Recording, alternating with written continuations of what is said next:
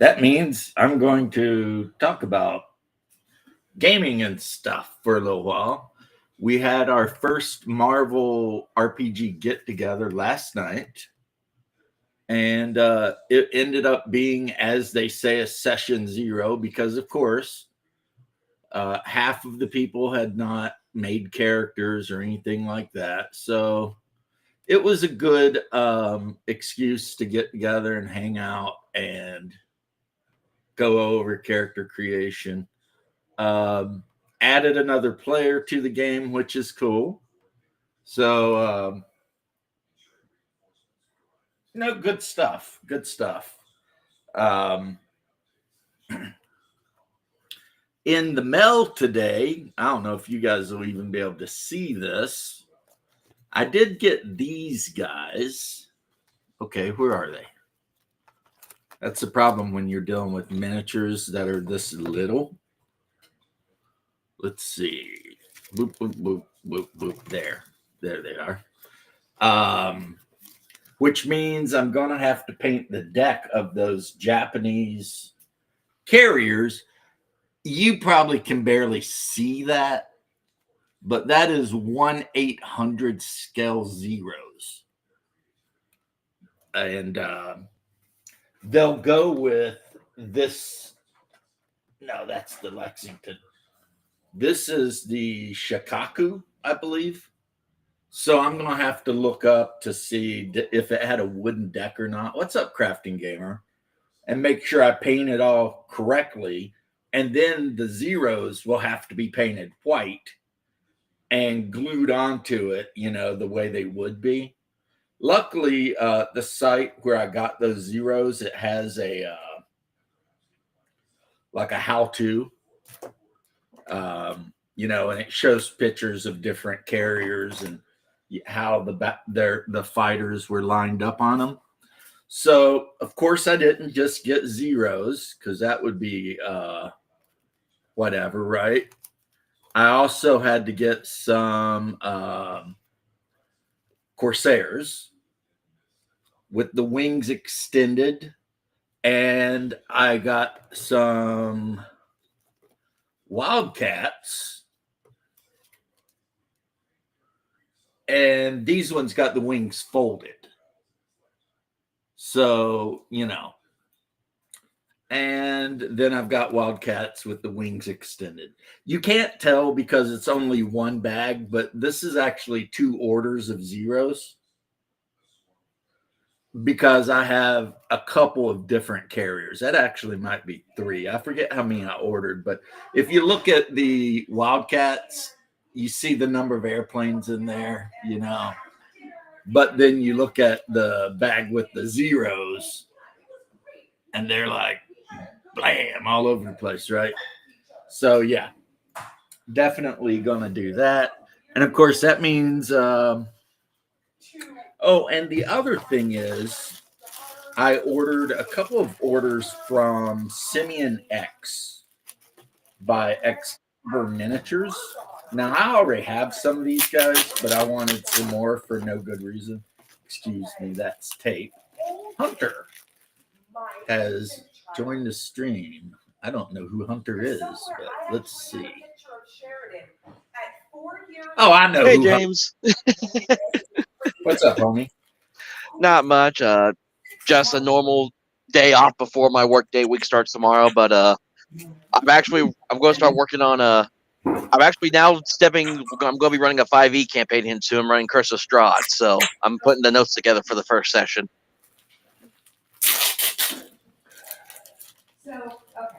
I didn't recognize you with the rainbow flag on.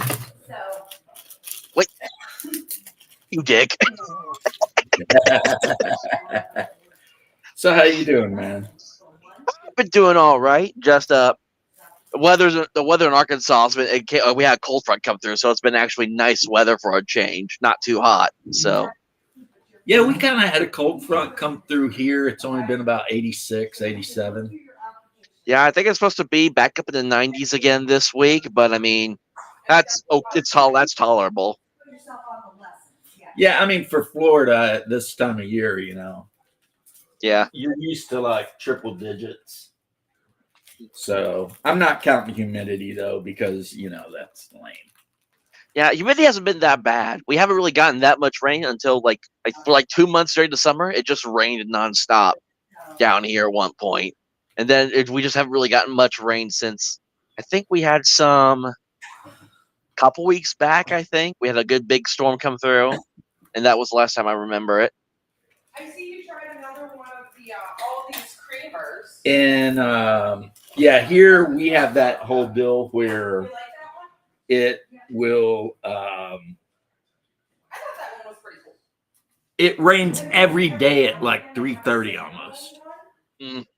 During this time of the year, you can pretty much like set your clock by it. It's like every day, 3:30 comes around, storms for 30 minutes, hard as hell, and then stops. And and it's pretty good because it does, I have to admit, does cool things off. So that's a bonus. But yeah, I was saying we did a kind of a session 0 last night for Marvel, and everybody got their characters pretty much finalized and everything. No one's actually playing actual Marvel heroes, but Is this the new Marvel game or the old TSR Marvel? this is the new one. Okay, And so like the Marvel I verse one. know. Okay, nothing against it. I was just wondering which. Poop by Bear, who I did back his game, Heroic. Yeah. But the fact of the matter is, like I told him, I have never liked the whole spectrum type things. The face rip system. Yeah. I didn't like it in Gunworld 3rd Edition. I didn't like it in Zebulon's Guide for Star Frontiers. I just don't like it. So I'll back him because he's a bro, but don't necessarily mean I like the system that much, Yeah, I got I bought a POD of Advanced Phaser Rip off a drive-through a while back because I was wanting to explore that. But then I came across another game that's like it allows the player to kind of be a little more creative with what their powers are while still being rules light at the same time. Because I try to lean more towards like rules light systems, right? And so I'm going to eventually do some stuff with that one at one point. And it's literally like you can fit like the character sheet on like a playing card. That's how big it is. Yeah, the Marvel system, the only thing that's complicated about it might be the writing the characters down. Mm-hmm. Because, I mean, when you're writing down, 16 powers that some character might have, some people are going to be like, wait, what? But the style of play is actually really easy. It's like, you got your target number, you roll your 3 dice, 6s, and you determined whether you hit or not. And then the off-color dice 6, or the Marvel dice 6, has the crit hit and then 2 to 6. And that is how you determine damage, because whatever your Marvel die is, you multiply by the kind of attack you're doing, and that's your damage. So if you've got a badass melee guy, his melee damage will be Marvel die times 7 or 8. And that means if you hit somebody and you rolled the Marvel, which is a 1, but the Marvel, you do double damage. So you're now doing 12 times 8 damage, which is enough to put some of the weaker superheroes right out on their ass. You know what I mean? Gotcha. Of course, if you're playing Logan, you've got healing factor with the resilience of like 8, which means at the end of each round, you heal 8 health. So even if somebody knocks you below 0, it's only a matter of time before you climb back up, Mm-hmm. Whereas like Deadpool, he's got healing factor, but it's only 3.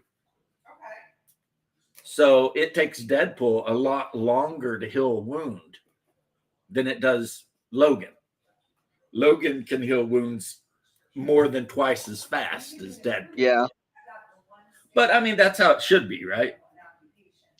Well, I guess it just depends on how you're looking at it. I guess because I think, oh well, no, because Logan's able to regenerate his limbs faster than Deadpool can. For Deadpool, it does take a hot minute. So yeah, that Right. makes sense. I gotta think about that one. Lobo gets ripped in half. He's got to sit on the couch for a week or so and let his baby legs grow in. Whereas, like with Logan, as long as he's alive, he's just freaking spitting bullets out and, rocking and rolling, Yeah. But, so yeah, I've been painting starships, painting Marvel characters. I have a person in my game that really, really wanted to play Deadpool, but I really wouldn't let her. Mm. So we had to come up with a compromise. Yeah, that makes sense. Yeah, she's now.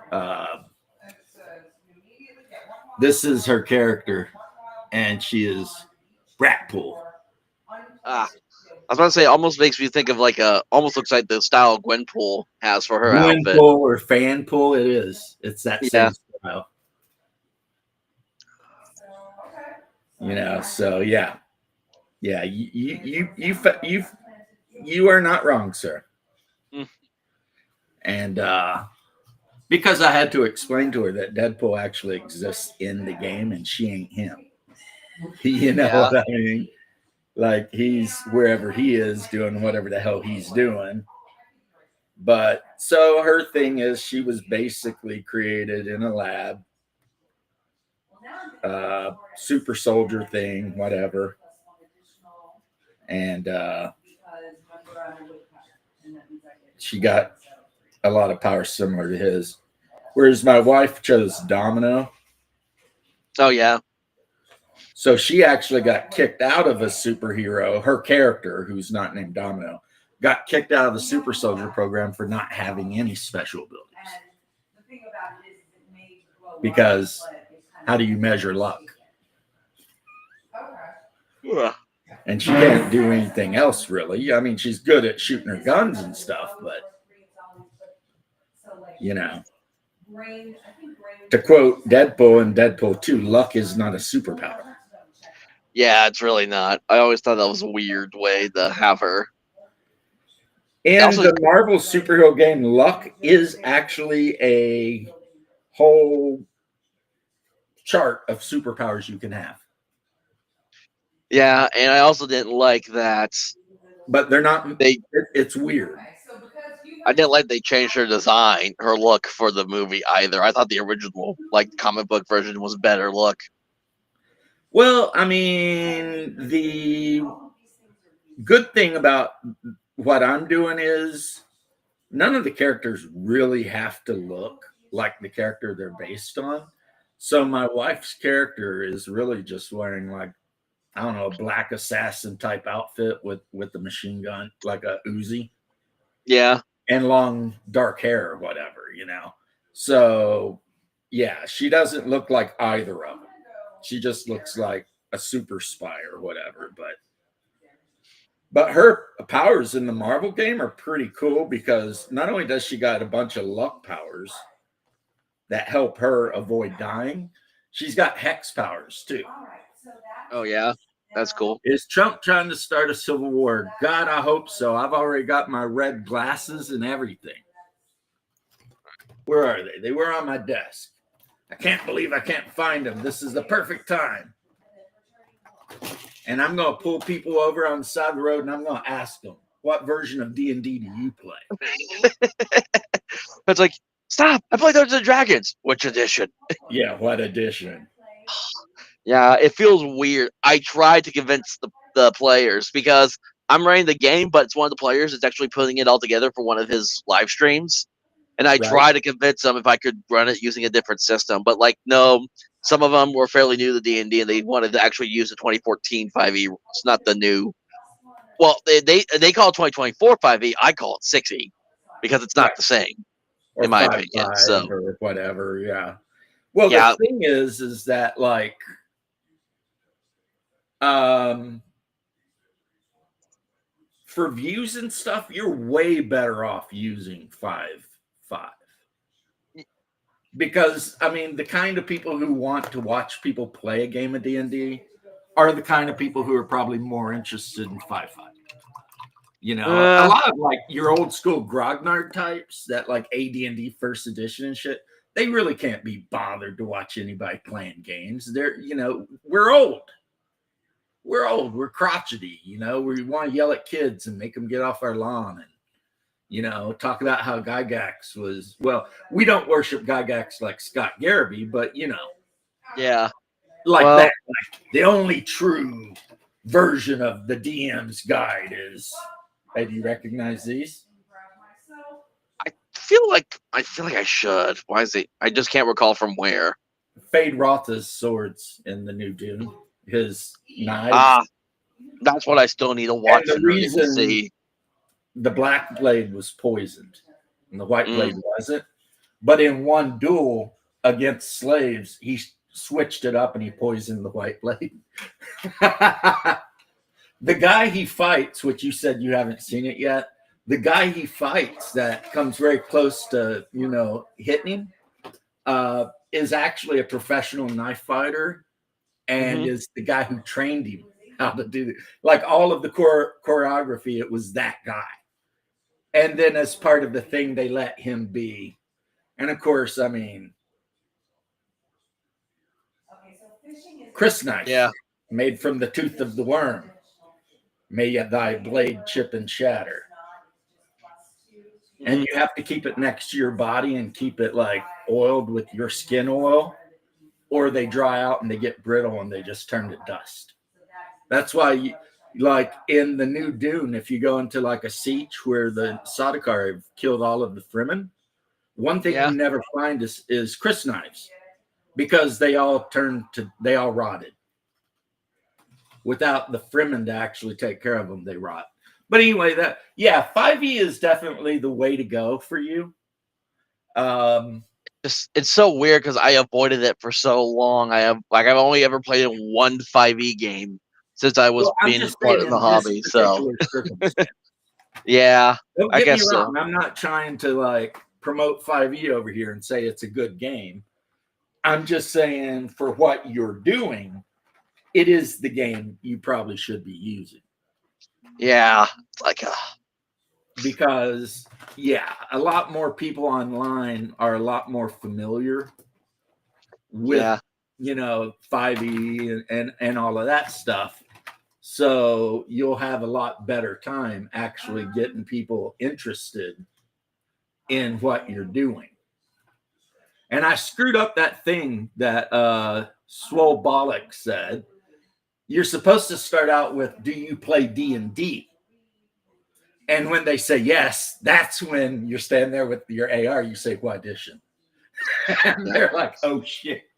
it's just funny because I didn't start with D&D. I started with a Power by the Apocalypse game called City of Mist, and then I expanded my horizons from there, which led me to now being like OSR gaming and all that. And I still like my Power by the Apocalypse games from time to time. Like a group I run once a month for, they were talking about the new Legend in the Mist game that's been getting popular on social media. Mist. Never heard of it.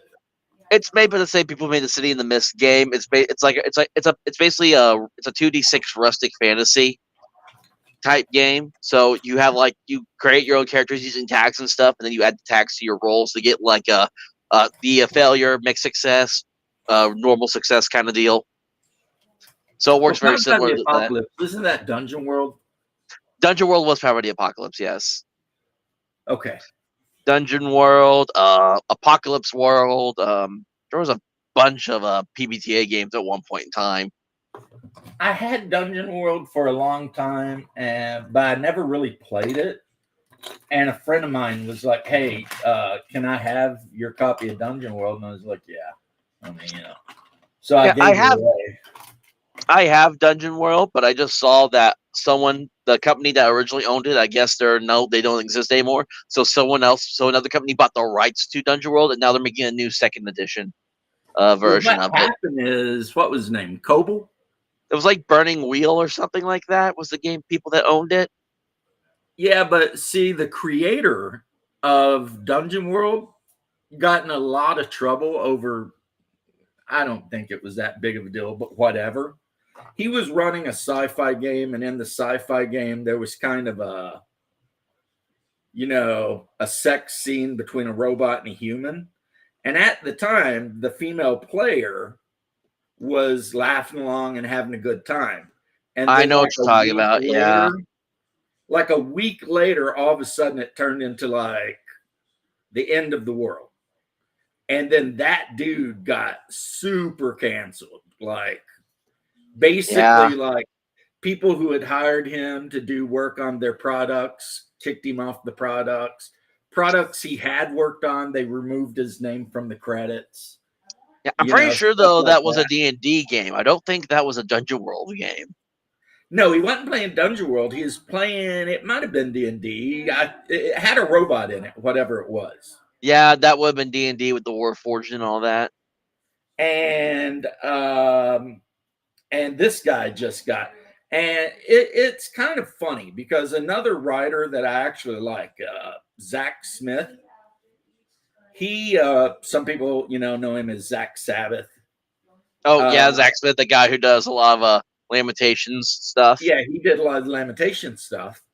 And he was, I mean, make no doubt about it, at the height of his power, he was every bit as bad for canceling people and being a jackass as anybody in the hobby, right? Yeah. And then it came around and got him. And it was because his crazy ass, admittedly, she says she has personality disorders and shit like this. They broke up and she went around running her mouth about all kinds of, mental abuse, blah, blah, blah. And all of his little buddies turned on him big time. And then, unfortunately, Raggy kind of stopped working with him. And I thought he was still making stuff. They got back together now. I mean, it's been enough time that they're starting to. We got a bear. So yeah, it's been enough time that Raggy is letting Zach do things for him because I was going to say, are you talking about Mandy Morbid again? Well, Mandy Morbid, yes, who apparently become a nun. Oh, good for that crazy bitch. Yeah, well, Mandy Morbid was the one that told everyone that Zach was like being mean to her and stuff and got him canceled by all of his best friends.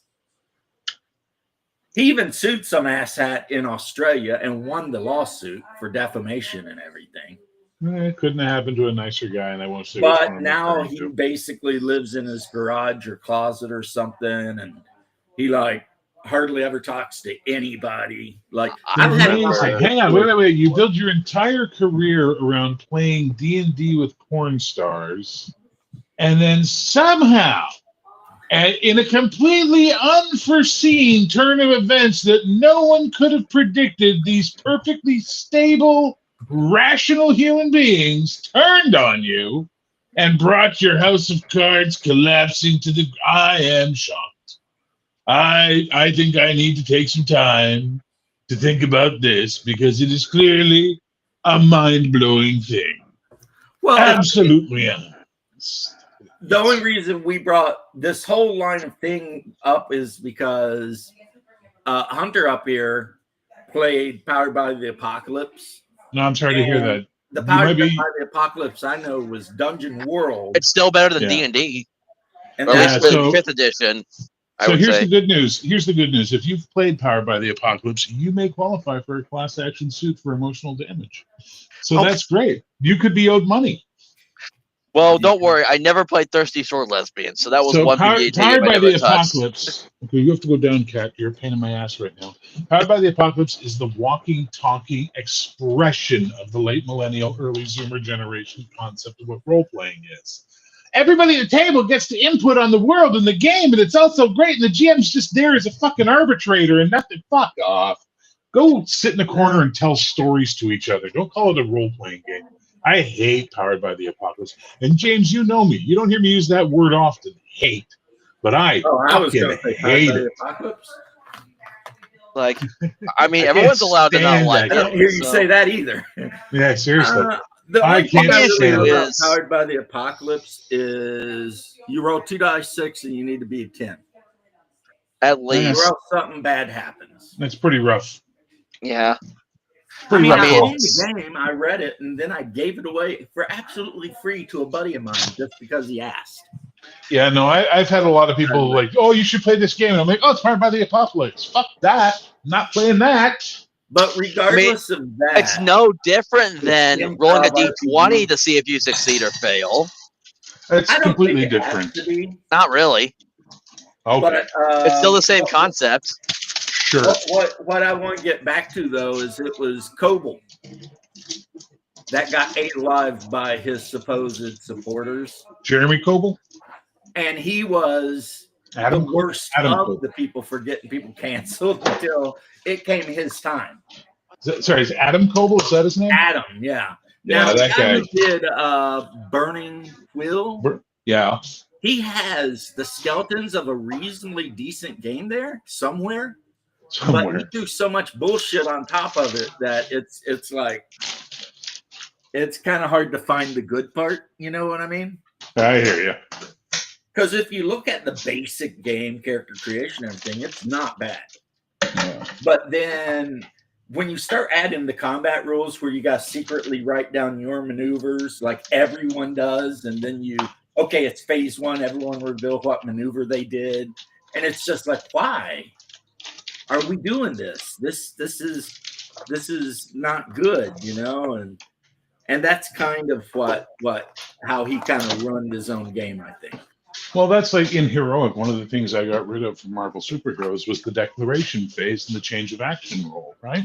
So in the original Marvel phase right there, when every round you go, okay, James, what are you doing? Okay, Hunter, what are you doing? Okay, Beans the cat, what are you doing? Okay, everybody roll for initiative. Oh, sorry, Hunter, you don't get to do what you want because Beans went first and he's done something that changed your rule. Now you have to make a roll to decide to change your action, or you have a penalty for the one. It's like so fucking complicated. Like, why?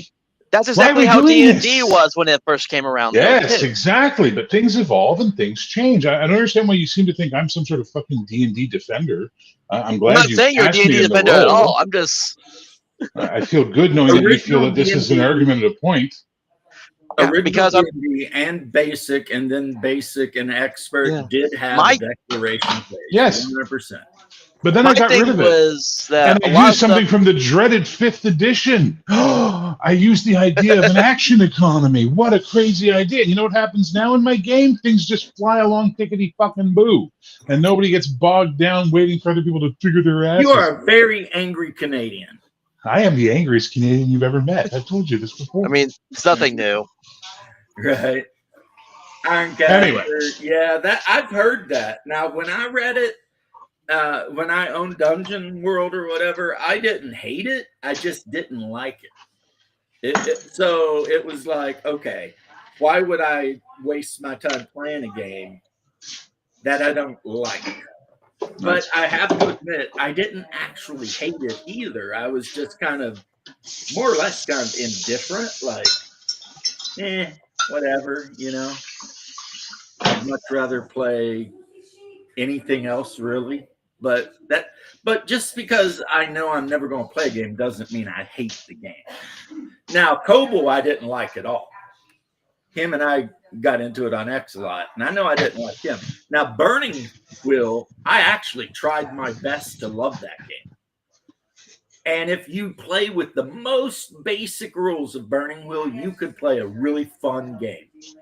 But if you add in all the extra rules, that shit gets out of hand way too quick. Like I said, when you're trying to, secretly mark what your character, I'm blocking high, I'm blocking low, I'm, doing it's like, why do any of that? No. You know? Well, you are right, Ironcaster. PTBA is improv DRPG. It's fucking exhausting. Oh, I still have a Powered by the Apocalypse game. So I have years Monster ago, Week. years ago on an old podcast I used to do, I actually interviewed Vincent D. Baker himself, basically the originator of the entire system with Apocalypse Right. World. And the reason that he said that he ended up making the system was because 3.0 and 3.0 and 3.5 were such shit at the time that he wanted something different. Well, he Really? got it. He And- succeeded.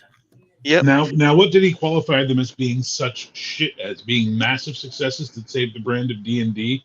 And Well, that brought doesn't back- change the fact that they brought were back- still hang too on, crunchy. let me finish my statement. Cut off. Okay. Sorry. Or the trying to cut fact you that off. the fact that they brought back almost an entire generation to playing D&D who had given up on it after the collapse of second edition in the late 90s. What made them shit? Oh, they were crunchy? No, that just means he didn't like them. It doesn't And mean what they're he shit. said. No, but this is the thing you got to watch out for, right? I say I hate Powered by the Apocalypse. I fucking hate it. It's fucking blah, blah, blah, blah, blah, blah, blah. My opinion is about as valid as a fart. It's just my opinion. It's not law. It's not thought.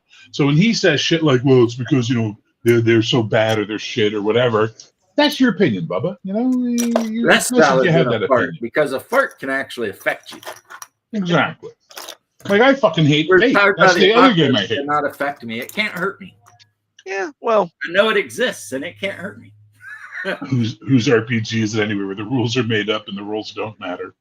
I love that Iron Caster.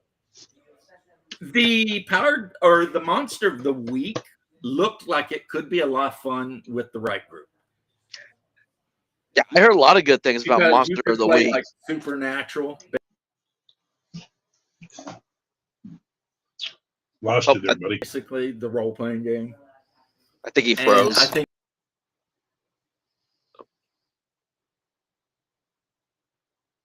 Yeah, he's having connectivity. it's not. You froze for a minute there, James. So we didn't. Yeah. Oh, and he's gone. He'll be back. Yeah, but it's like that's just what I started with because I was avoiding D&D like the plague at the time, and then I had broadened my horizon towards like some OSR games and just other systems. So Hi, James. there he Welcome is. back. He's James. back. Oh, he's frozen again. I'm back. I can't tell if you're still freezing up or not on my end. Here we go. Yay! Here we go. Dun dun dun dun dun dun dun dun dun. Stop. Monster Week will be playing Kodiak the Night Stalker. Kolchak, the Night Stalker. Nah, I would never play Kolchak. Kolchak.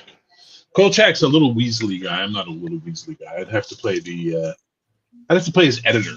That guy was cool. You are big enough. Well, no, you're not quite big enough to be. What's his name? Ed. Was it Ed Gaines? I'm 6'3".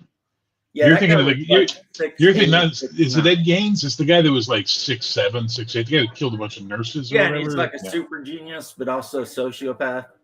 Yeah. What the Everybody hell? liked him, but he liked murdering women. It's not Ed Gaines. It's what the hell? I know the guy you're No, talking because about. Ed Gaines is the guy that made a suit out of female skin. Yeah, Ed Gaines is the source for the Texas Chainsaw Massacre. Right. Ed What the fuck was his name? Ed Kemper. Kemper. Yeah. Ed Kemper. So when I first went as when I- long as he went, because apparently he was like really close friends with all the police in the town he lived in. that makes sense. So he'd hang out in cop bars and listen in on them talking about the case. Where's Shadow? It was Speaking, him. speaking about hanging out in bars with men, where's Shadow? Well, no, that would be Pogo the Clown. No. Shadow in the Blue Oyster. Oh, at the Blue Oyster. Comcast, The Internet Challenge, ISP. Yeah, right. It's a new game from White Wolf. Yeah, like friggin' Shadow with the frickin' Moringa music going on, Yeah. or Tango. Yeah, exactly. With the I have a friend. She's a world-class tango dancer, and I'm just like, I don't like. It's beautiful to watch, but I don't get what draws people to tango. Like I'm like, what makes you go? Yeah, this weird stilted dance style that ends in swerves and twists and throws. Like, what brings you here? Like, how do you get It's because here? it's hard. It must be. And people were like, I'm going to do the tango because it's hard and everyone can't do it. Not everybody has the American attitude to everything, just so we're clear. Just want to point that out. Not saying it's a bad attitude, but some people just do stuff because they love it, James. Not because they go, it's a fucking challenge and I'm going to own it. Like, it's okay. It's Look. meditation. We're just doing meditation. I know, but I'm going to meditate the fuck out of it. You're like, okay.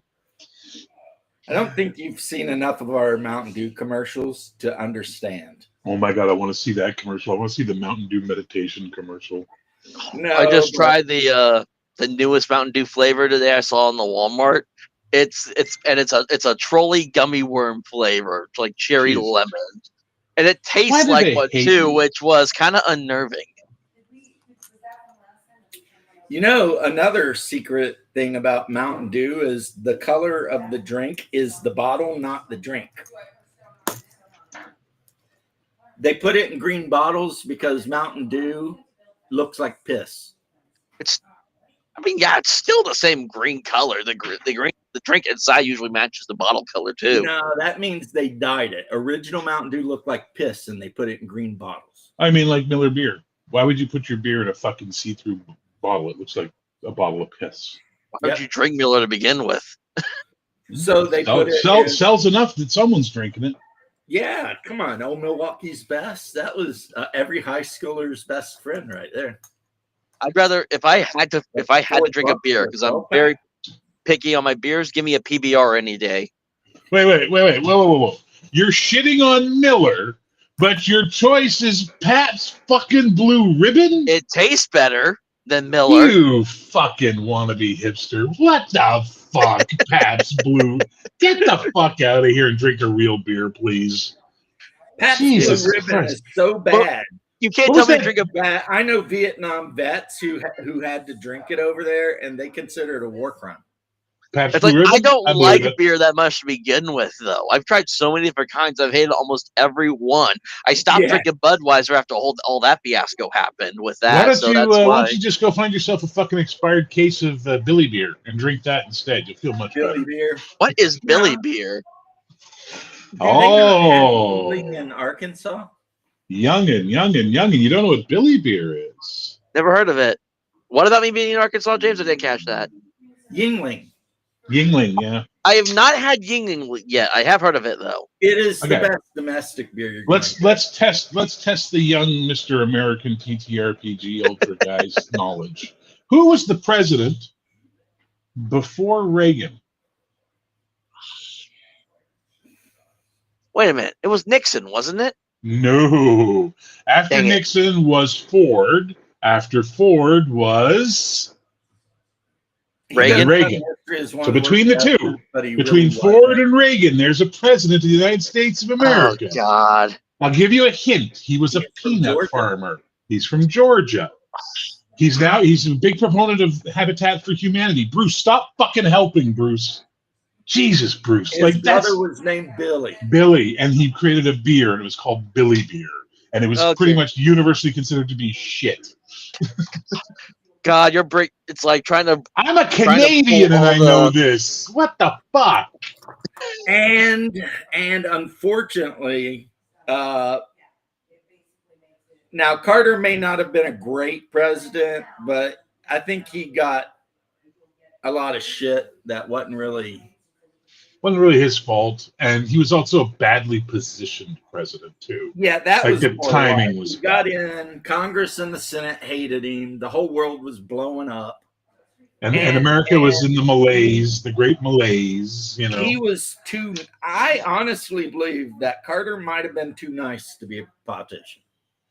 He should have stayed on his peanut farm. Maybe. Because you got to be a little bit ruthless to be a politician. Let's be honest. You got to be That's able fair. to pull the button when the time comes. And he just never really did. The one thing he's known for was a complete F up, and that was the whole us trying to rescue the hostages or whatever.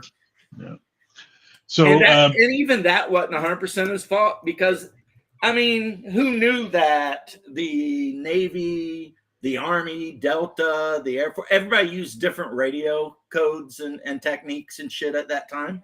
Yeah. So you're trying to get all of these special operations groups to pull off this big thing, and none of them can talk to each other. You're talking about the hostage rescue? Yeah. Yeah, and a massive sandstorm hits on the night you do the fucking mission. And of course, on the night you pick, a massive sandstorm hits. And your which fucking messes up all your helicopters are... helicopters. Exactly.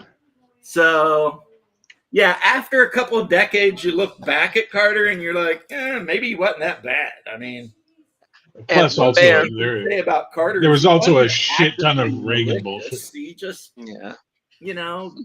had some bad luck. Anyway, and also, by the way, Bruce, I wouldn't call him a goof because I know what goof means. At least I know what it means here. I don't know what it means in the States. Here, goof just means goof. Oh, Like, stop being a here- goofball. Here, it's street slang for a prison snitch. Oh, that's Yeah, new. you goof on people, right? You're a prison snitch. Yeah, you know what we call that here? A Well, snitch or a rat. well, yeah, I know, but they're not allowed to say that in prison here, so they say goof. So the guards didn't know what they were talking about. Yeah, Carter might have had some involvement, or at least the Jim Jones thing happened during his administration. But I mean, when you compare Carter's administration with some later guys like Obama, where you got guys just like, drone striking kids and wedding parties, just getting all kinds of effed up about shit. I mean, Carter really wasn't that bad. He was just kind of insignificant, really. You know what I mean? Or hell, compared to our last president. I mean, at least Carter was kind of trying to do shit. Our last president wasn't even there. I mean, he was passed out on the beach. He looked like a corpse. It's like, they were shooting him up with drugs every time he had to give a speech because he was like Ozzy Osbourne. Like when you watch the Ozzy show and he's like, and then you see him in concert and he's running around the stage like a maniac. Yeah. And that, my friends, is called meth. Yes. He is on a shit ton of speed or something. But anyway, we've gotten way off track. Hunter, okay.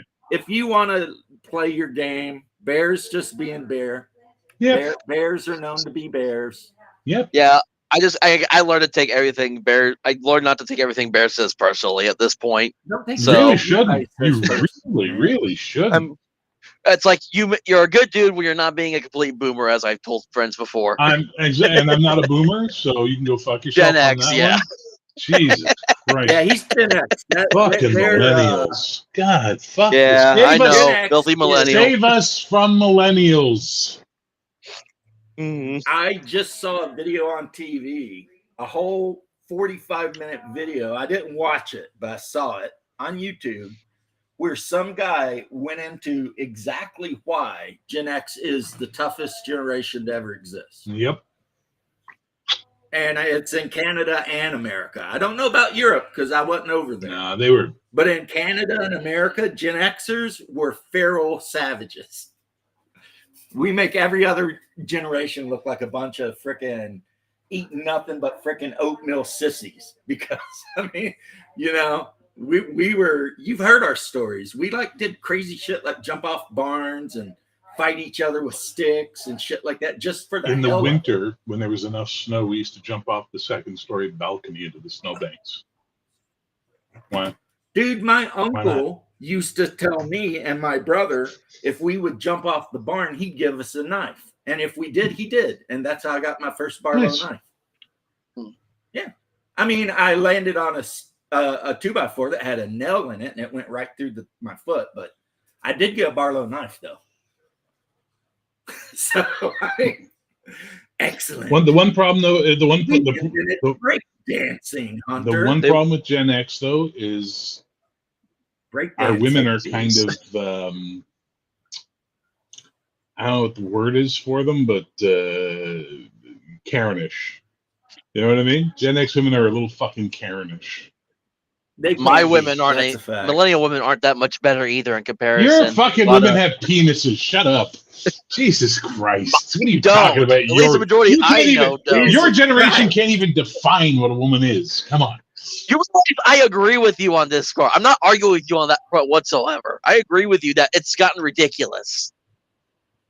Our women were like the first generation of women that realized they could have opinions, and boy, They let you know about. Yeah, well, all the women that Because, were like, my prior age have generation slept of around with women half were the told to country. just be quiet and look pretty. Oh, our women slept around But too. ours were like, oh, you guys, you can break that glass Yeah. ceiling. You go, girl. Boy, they went nuts. They're like, all right, let's do this thing. Which, I mean, it was cool because, you know, they were a lot more fun to hang out with when we were Yeah. kids. Hey, speaking of the Blue Oyster. Yeah, speaking of the Blue Oyster. Oh, yeah, like Hungar said, when did we have to go When home? the lights were out. When the lights went Yep. off. That was when we went home. Yep. And on weekends, you left after breakfast. You slid through to grab yourself a bologna sandwich for lunch. And then you came home when the streetlights came on. Yep. And that was the way it was. Like, either our parents didn't care about people who kidnapped children or secretly hoped we would be kidnapped.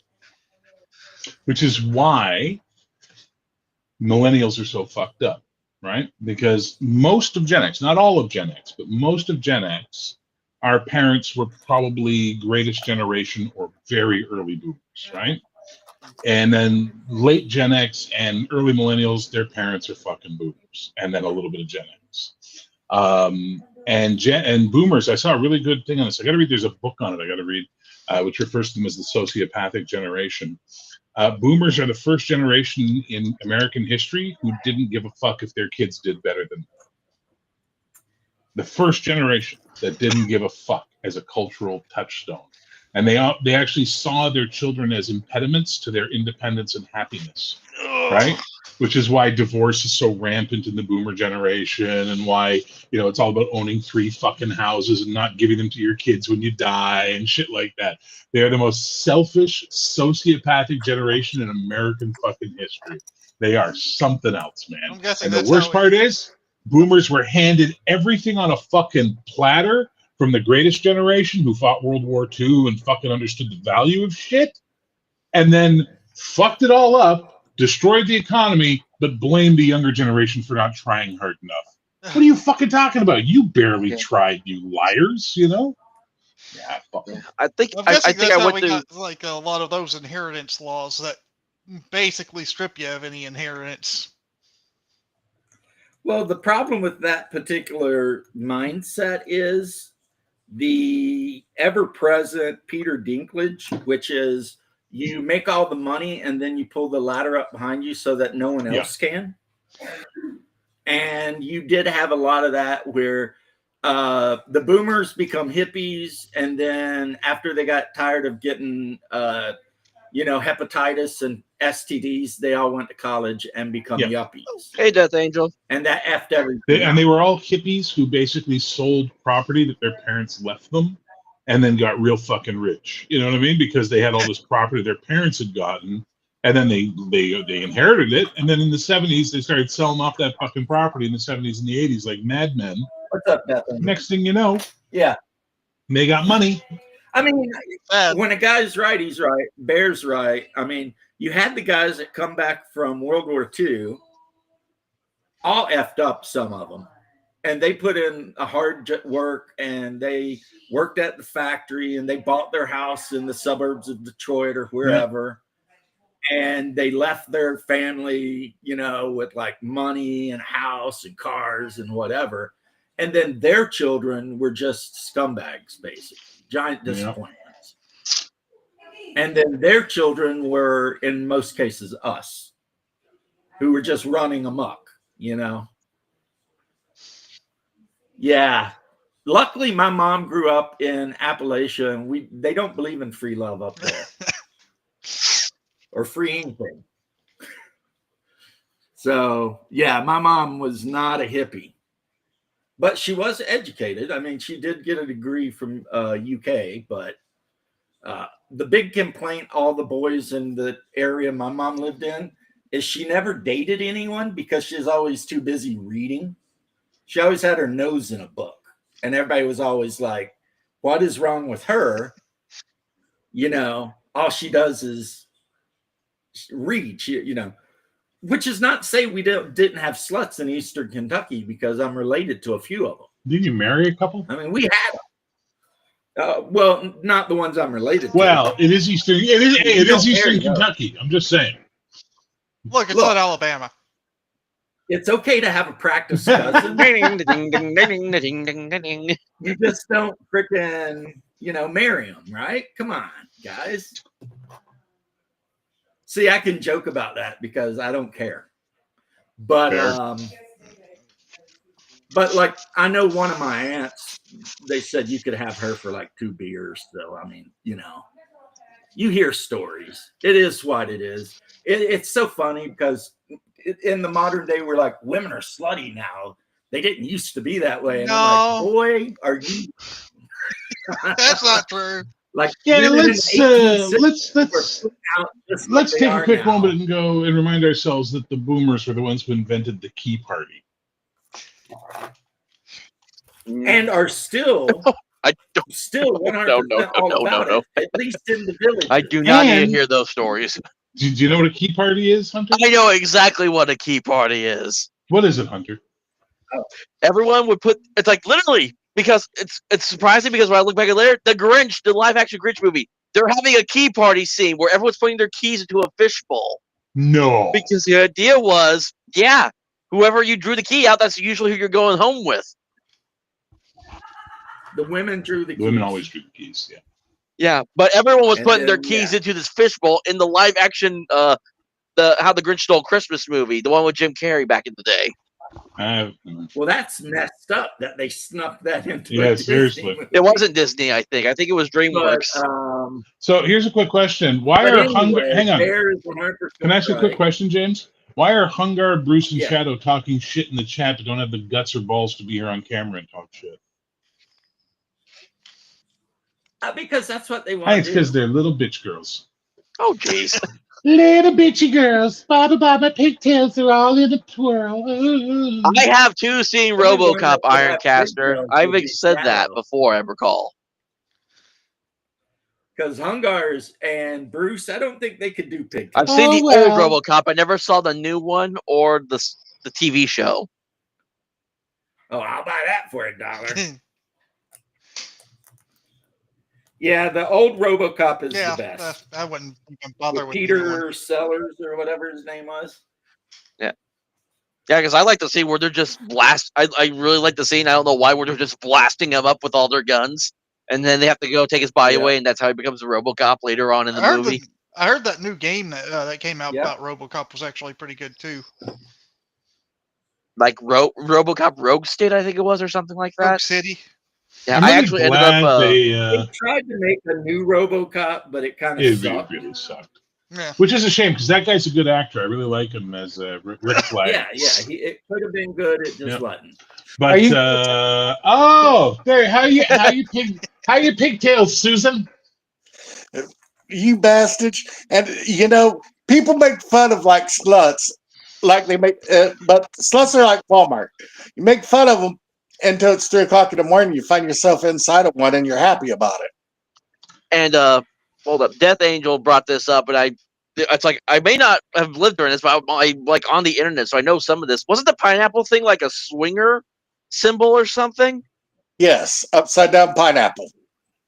Because Death Angel is saying, I don't know about the pineapple. That's like I'm on the internet. I'm pretty sure I've come across it a few times.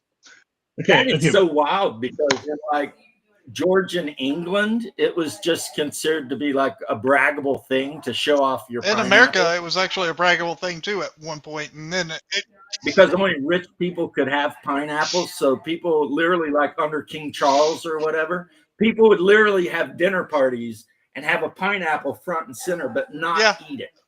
Because they just want people until America got their see hands the on it pineapple. and then just like bred them, so, like made so How many. can we make this about penises? That's what I want to know. That was the meeting they had in America. I think it's all well and good that it's a sign of prestige, but how can I get my penis into it? That is the American way. If you want to know about any deviant things, Hunter, all you gotta do is ask me. Seriously, he'll have pictures. Is that really though a good Hey, thing? if you got the knowledge, you got to share it. At this point, don't ask, don't tell, please. Yeah, we kind of wish we went back to that at this point. That was a good law Yeah. because I was in the army during that time, and like no one. Cared? It was like No one okay, gave a Red light shit? on the front Care. porch means the hooker. no one gave a shit. Okay, now You know, Ironcaster brought up a new one that I'm not familiar with. A red light on the front porch. Hooker. yeah, that's like a red prostitution light. thing. Oh, so literally like a red light, the red light And in district from Germany- Amsterdam kind of deal. Well, Frankfurt is where I heard about, but yeah, Okay, same thing. I thought it was something completely different for some reason. Roxanne, you don't have to put on the red light. No, you don't know that. The What the police- streets I know for that song. The only song I know by the police was the Watching You song. I never really listened to them besides that. I knew You Rock- don't have to Oh my walk the God. streets for money. You don't have to sell your body to the night.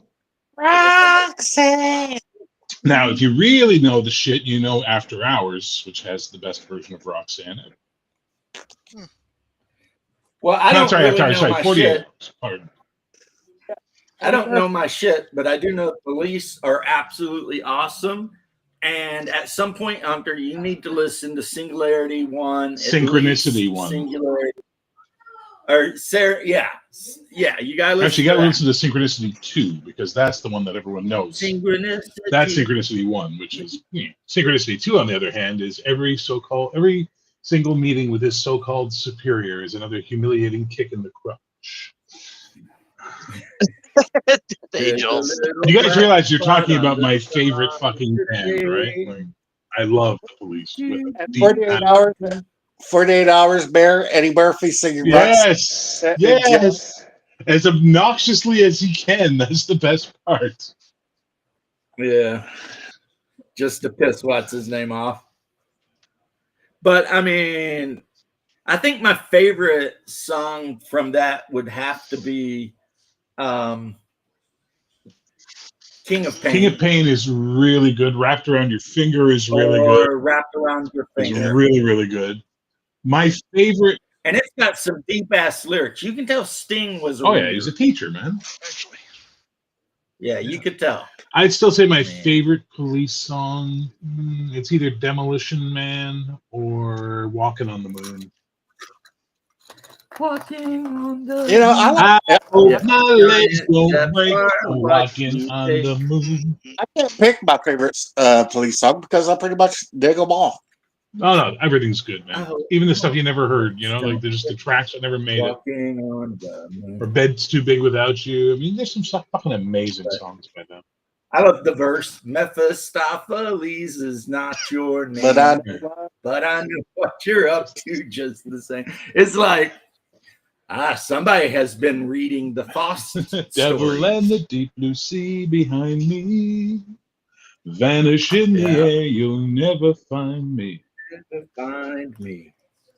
Yeah. I will turn your flesh to alabaster. When you see your servant is your then you'll be wrapped around my. then you'll be wrapped around. Yeah, that's my right. Rick Davis did Yeah. pass away a couple of days ago, yeah.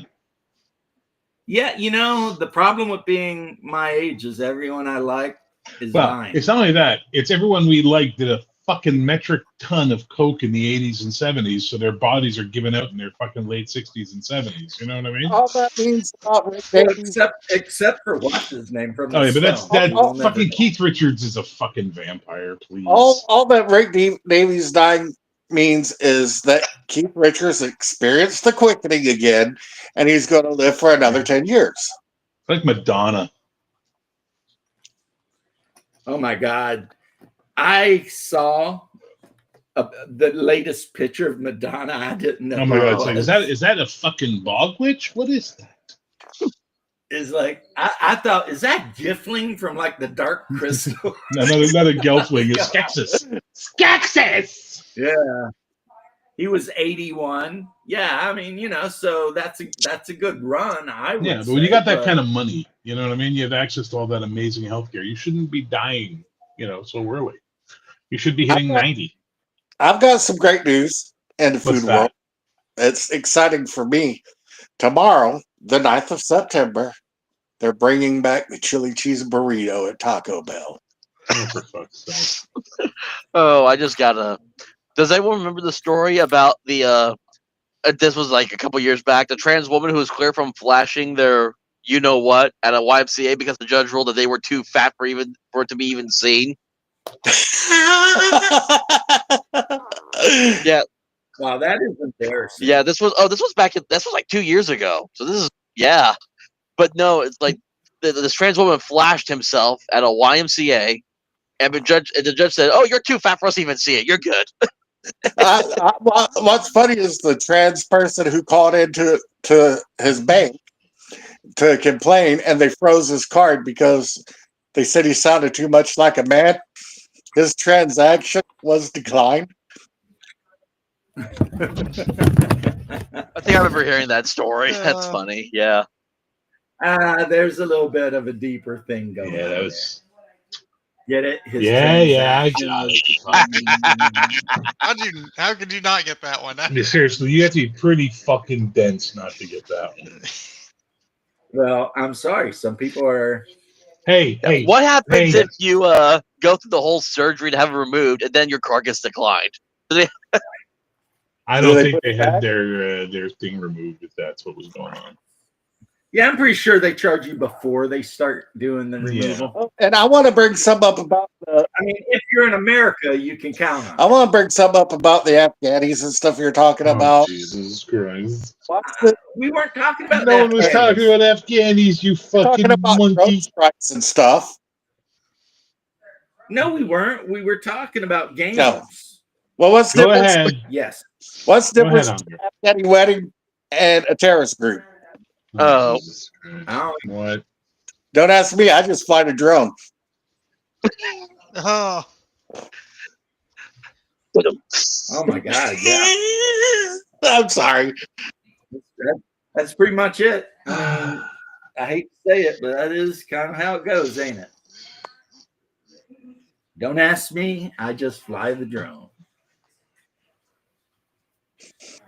But anyway, I was happy just hanging out in the chat, Bear. No. I brought this on myself. Absolutely. I fully contained the hubris of it all. I'm good. I'm good. That's what I love about you, Bear. Yeah. You own your mistakes. Oh well, your mother didn't own yours, so there you go. That's the way it Oh, works yeah, out. she did. Yeah, she did. No, your real mother, not the one who pretends to be your mother so you feel better about things. I'm talking about the weird Kentucky hillbilly woman that wandered down from the mountain one day and just left you on a porch, and then I went was back into born the in caves. I was born in Florida. you Sure. have to remember that Hungar was born in Florida, and two, that I always told him when he was little that we found him behind a dumpster in Browntown. Wow, Yes, he did. Yes. So get it horrible, horribly mean. Oh, Bruce is here. Go ahead, Bruce. Make me regret it. right. Why? Why is he even talking about that? Which one of us? No, the Afghanis. Oh, because it's Hungar. Come on, man. Hungar, Don't he's act like you gonna haven't met him. he's got to make some terrible jokes. I mean, come on, that's part of it. I mean, there's no good terrorist like a dead terrorist. So It's ma'am. It's great that you said that as soon as Shadow popped in. Shadow. Oh, I wonder why I said that Good as seeing soon you, as Shadow popped in. Hi, Shadow. What's up, buddy? Hey, not too much. Hey, Hunter, excuse me. Yeah. Huntard. Huntar, the barbarian. Huntar the Barbarian. Sorry, I've been doing Conan shit. All, Hunter, you can be another Starvarian. So you got Hungar the Starvarian and Huntar the Starvarian. Oh, Hunter. my God.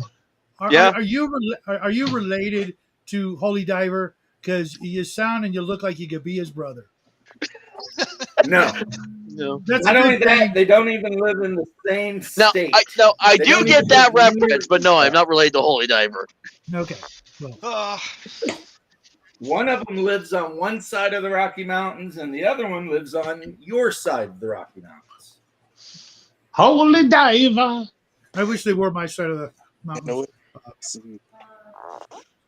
He is on your side. No, of I the wish they were mountains. mine. Well, I mean, you know. You know, my folks used to ask Okay. me what I wanted for Christmas. Every year it was the same old disappointment. What do you want? Real estate. See, I'm like that one guy on the meme. Man, I'm not greedy. All I want is a couple $1 million in the 8-ball. Is that too much? I like how you made him sound like a 70s black guy. That was my favorite part of that.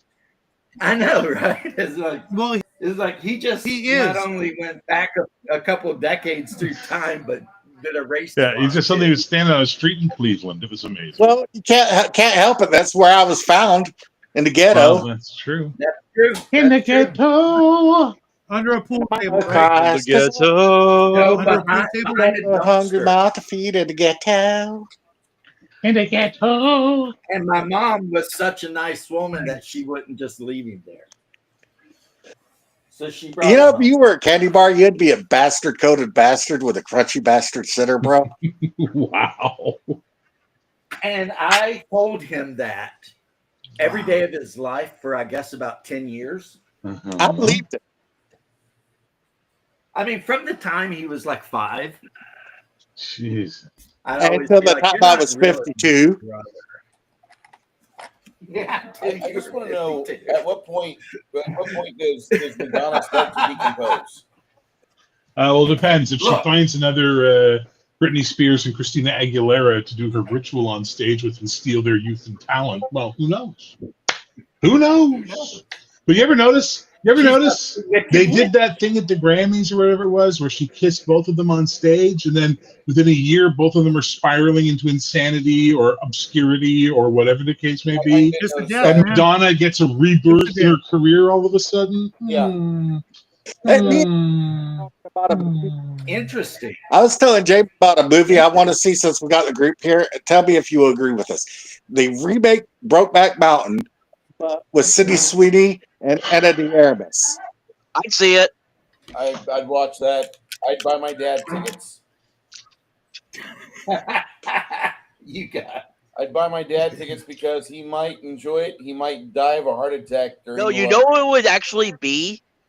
It would be the daughters of the two original men from Brokeback Mountain. The two daughters reconnect and reignite the love their fathers yeah, had. you guys are getting way too into But Yeah, I stop- think you guys are giving way too much thought to what you can get for free with a Google search called scissoring. I just wanna He see said the Anna de idea. My Armas and autism went full force with it. So I mean, are you the kind of guy that needs that much fucking backstory in your porn? I mean, really? I just No, want to I mean, see Anna not de all Armas the and time, Sydney but if Sweeney. it's there. So listen, I used to work at a porn store in Vancouver, and one day we got our shipment of tapes, and we're putting out all the tapes, catalog them, and get them ready for rental. And one of them is called "Girls Who Suck Cock and Eat Cum," Volume 29. And I looked at it, and I looked at my manager and said, "I can't watch this." And he says, "Why not?" I said, "Well, I haven't seen volumes 1 to 28, so I won't know. Why are they sucking cock? Why do they eat the cum? I need the story." It's like Clerks 2, Men Alone 2, the KY Connection. No, more like idiocracy. Oh. And there was once a time when people read books who were not fags. I mean, And movies were made that answer the question, who was the ass? And why was the ass market? You know, when he's giving his Yes. presidential speech. You know? and now we have And books. I believe we could have that again. And And everybody's like, yeah. And now we When I have worked books that at get made like Morning Glory Milking Farm about a woman who basically works at glory holes for We minotaurs. all know what the book is. When We I all worked- have internet. No, we could hear don't. some more When I about worked this at Not the all adult of us video are- What store, are you talking about, Shadow? You ghost wrote it under a fucking woman's name. Stop your Yeah, you it's nonsense. the movie in your basement with method. Yeah, exactly. You're crowdfunding it right now in the porn world. You know what? I'm going to pull Your McLaughlin trumpet and be is like, just enough of like- this.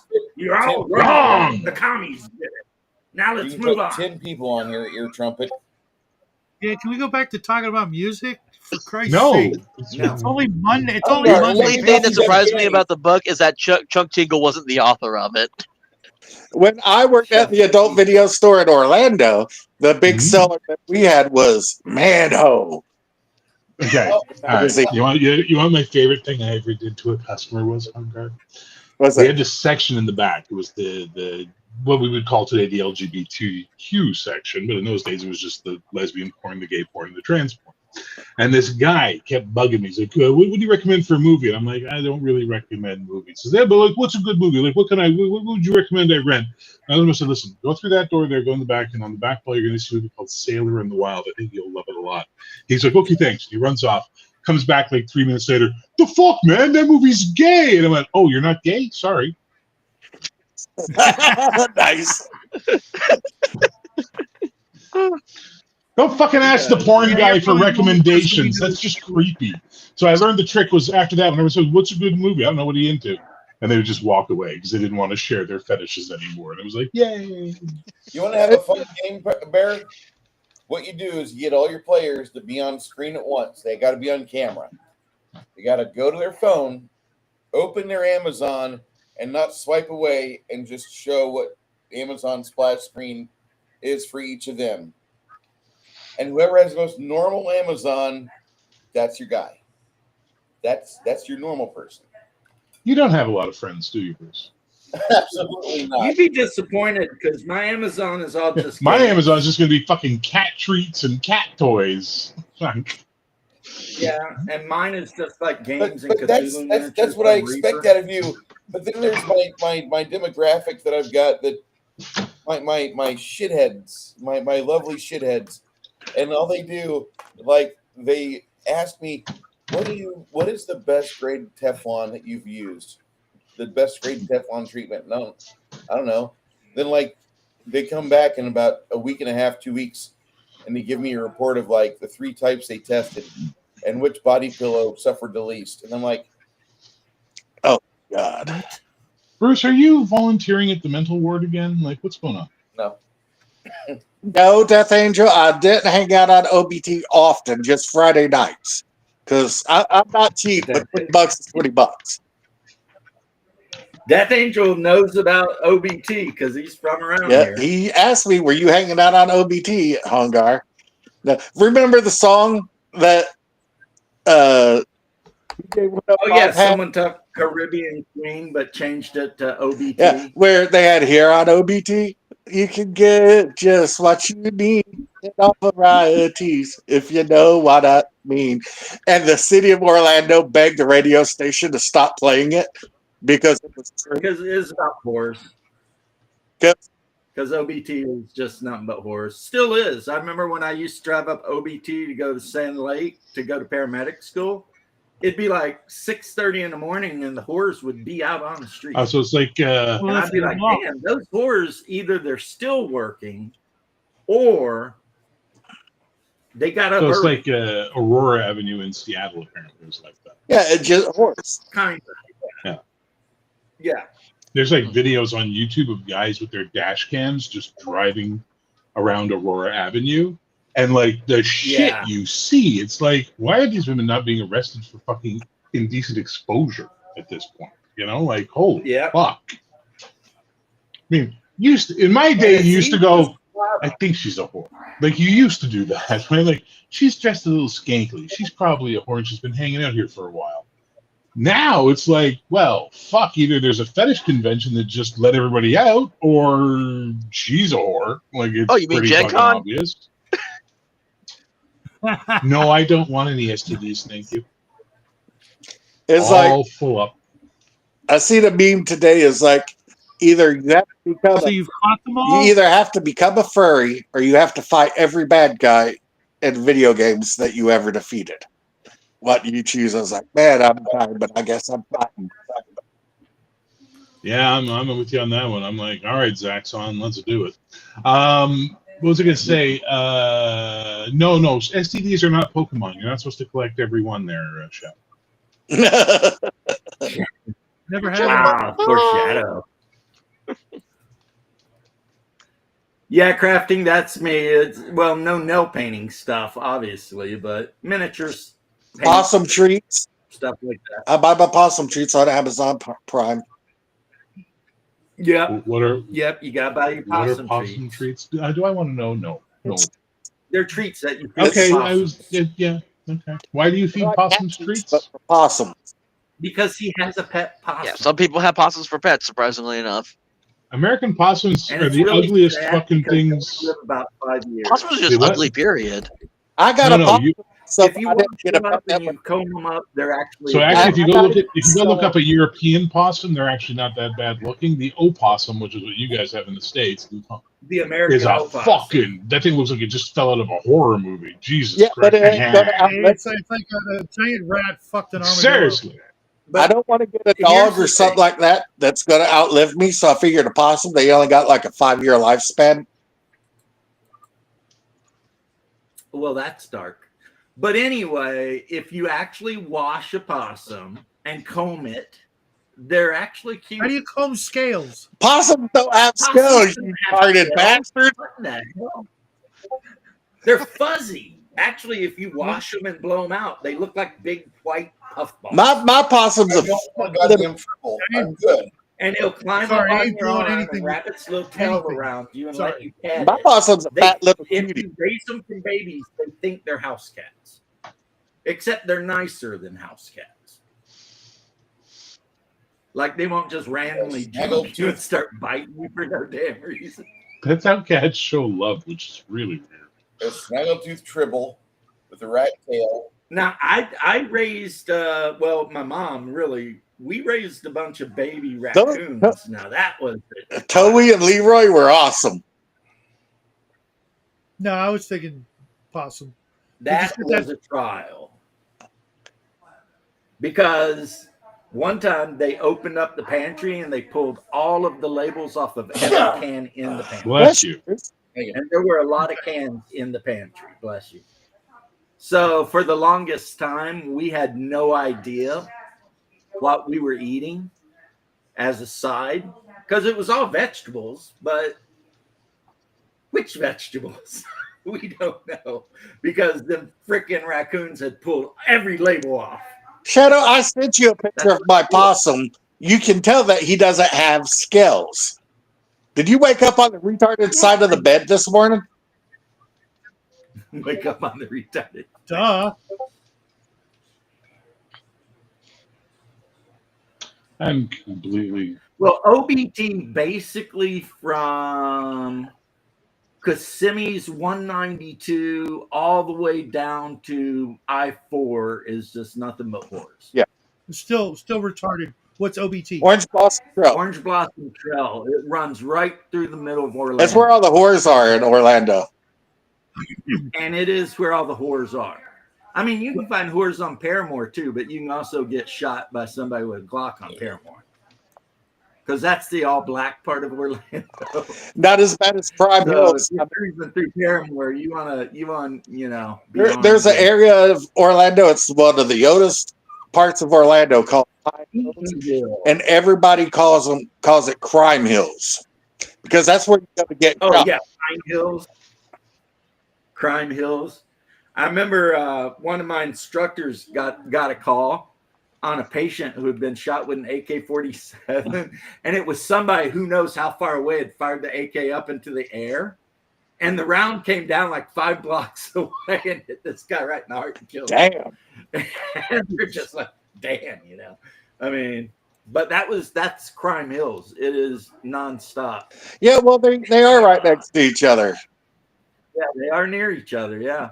She worked out of the fire department there, and they did 20, 25 calls a day.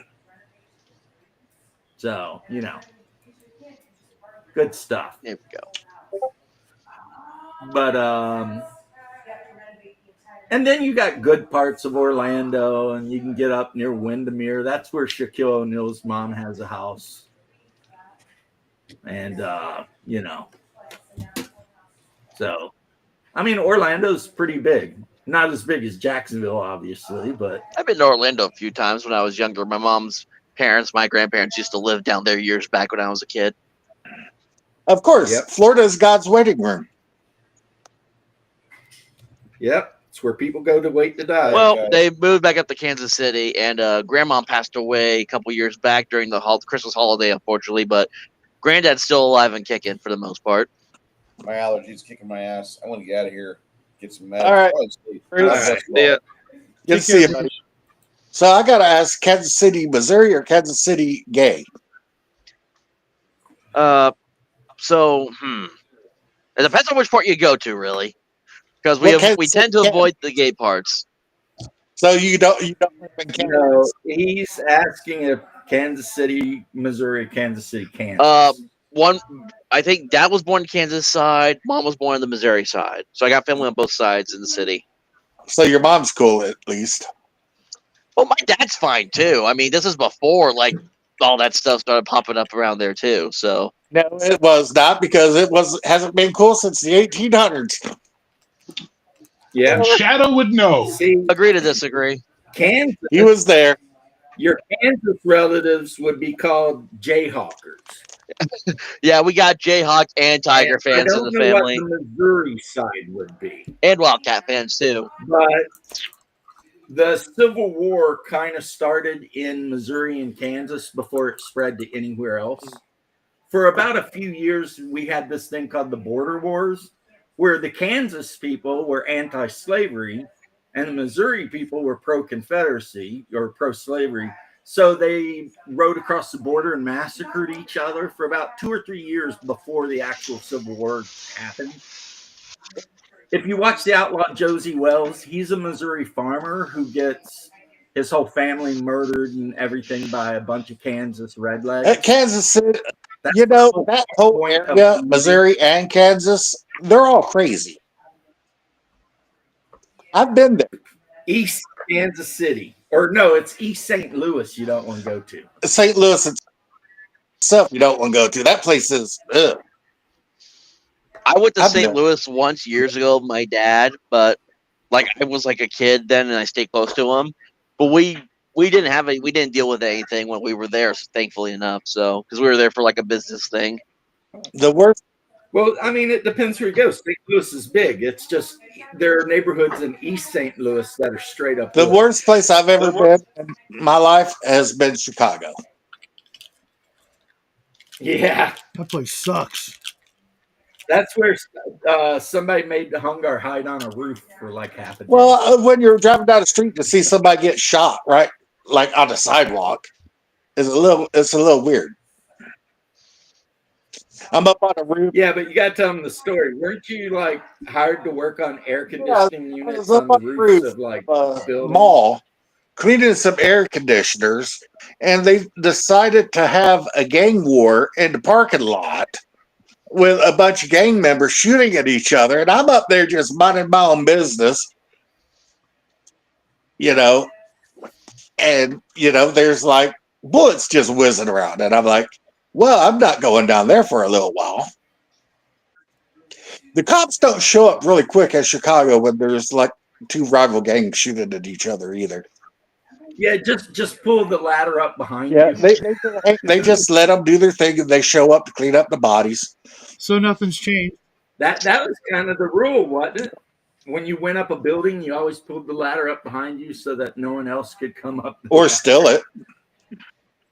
Or steal it, yeah. So you'd like, man. Good time. Welcome to Chicago. It's the place to be. But New York pizza's better than Chicago, but Chicago hot dogs are better than New York. I will give you that. nope, you're both wrong. New York pizza is the best pizza. I don't even know what Chicago pizza is or thinks it is. And the best hot dogs are Southern hot dogs loaded with chili and cheddar cheese. Yeah, ketchup on a hot Chili dog. dogs beat all other hot dogs. And if you put ketchup on a hot dog, there's something wrong with you. Why? Because it's Because yeah.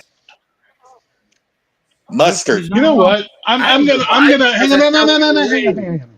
I live by a different philosophy when it comes to this. Do you like the taste? Then eat it. Do you not like the taste? Then don't eat it. But just like the pineapple on pizza bullshit, let other people eat what the fuck they want to eat as long as they're not hurting anybody. Stop turning the hey, look you know, here. Americans. I know you gotta turn everything into a contest. I know. You're not the defender of the world. I saw this meme the other day. It's like Ketchup on a hot dog is a mortal sin anywhere in the South. I Good saw for this you. meme the other day, guys. I hear this. Northerners, on the other hand, they do eat ketchup on hot dogs. They said it said At least it's better than mayonnaise.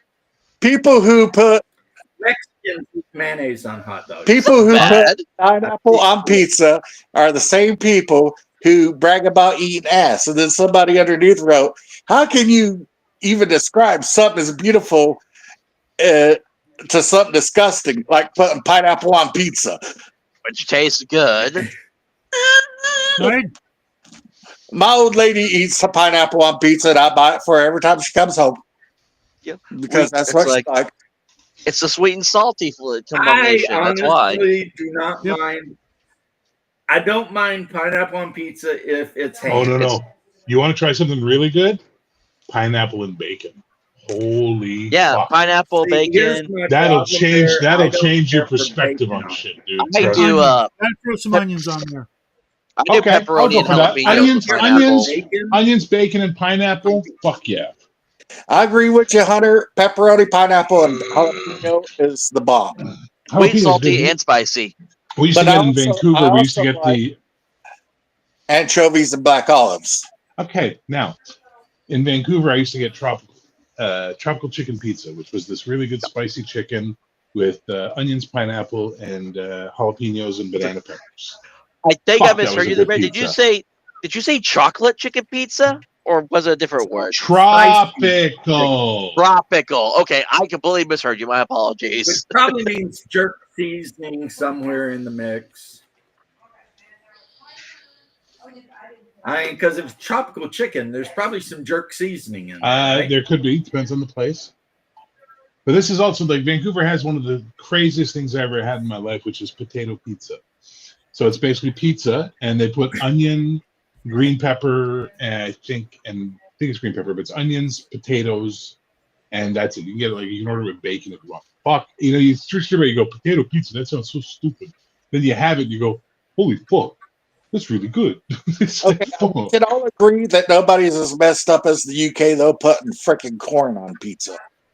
I've never had that, but That's I've always wanted to try. disgusting.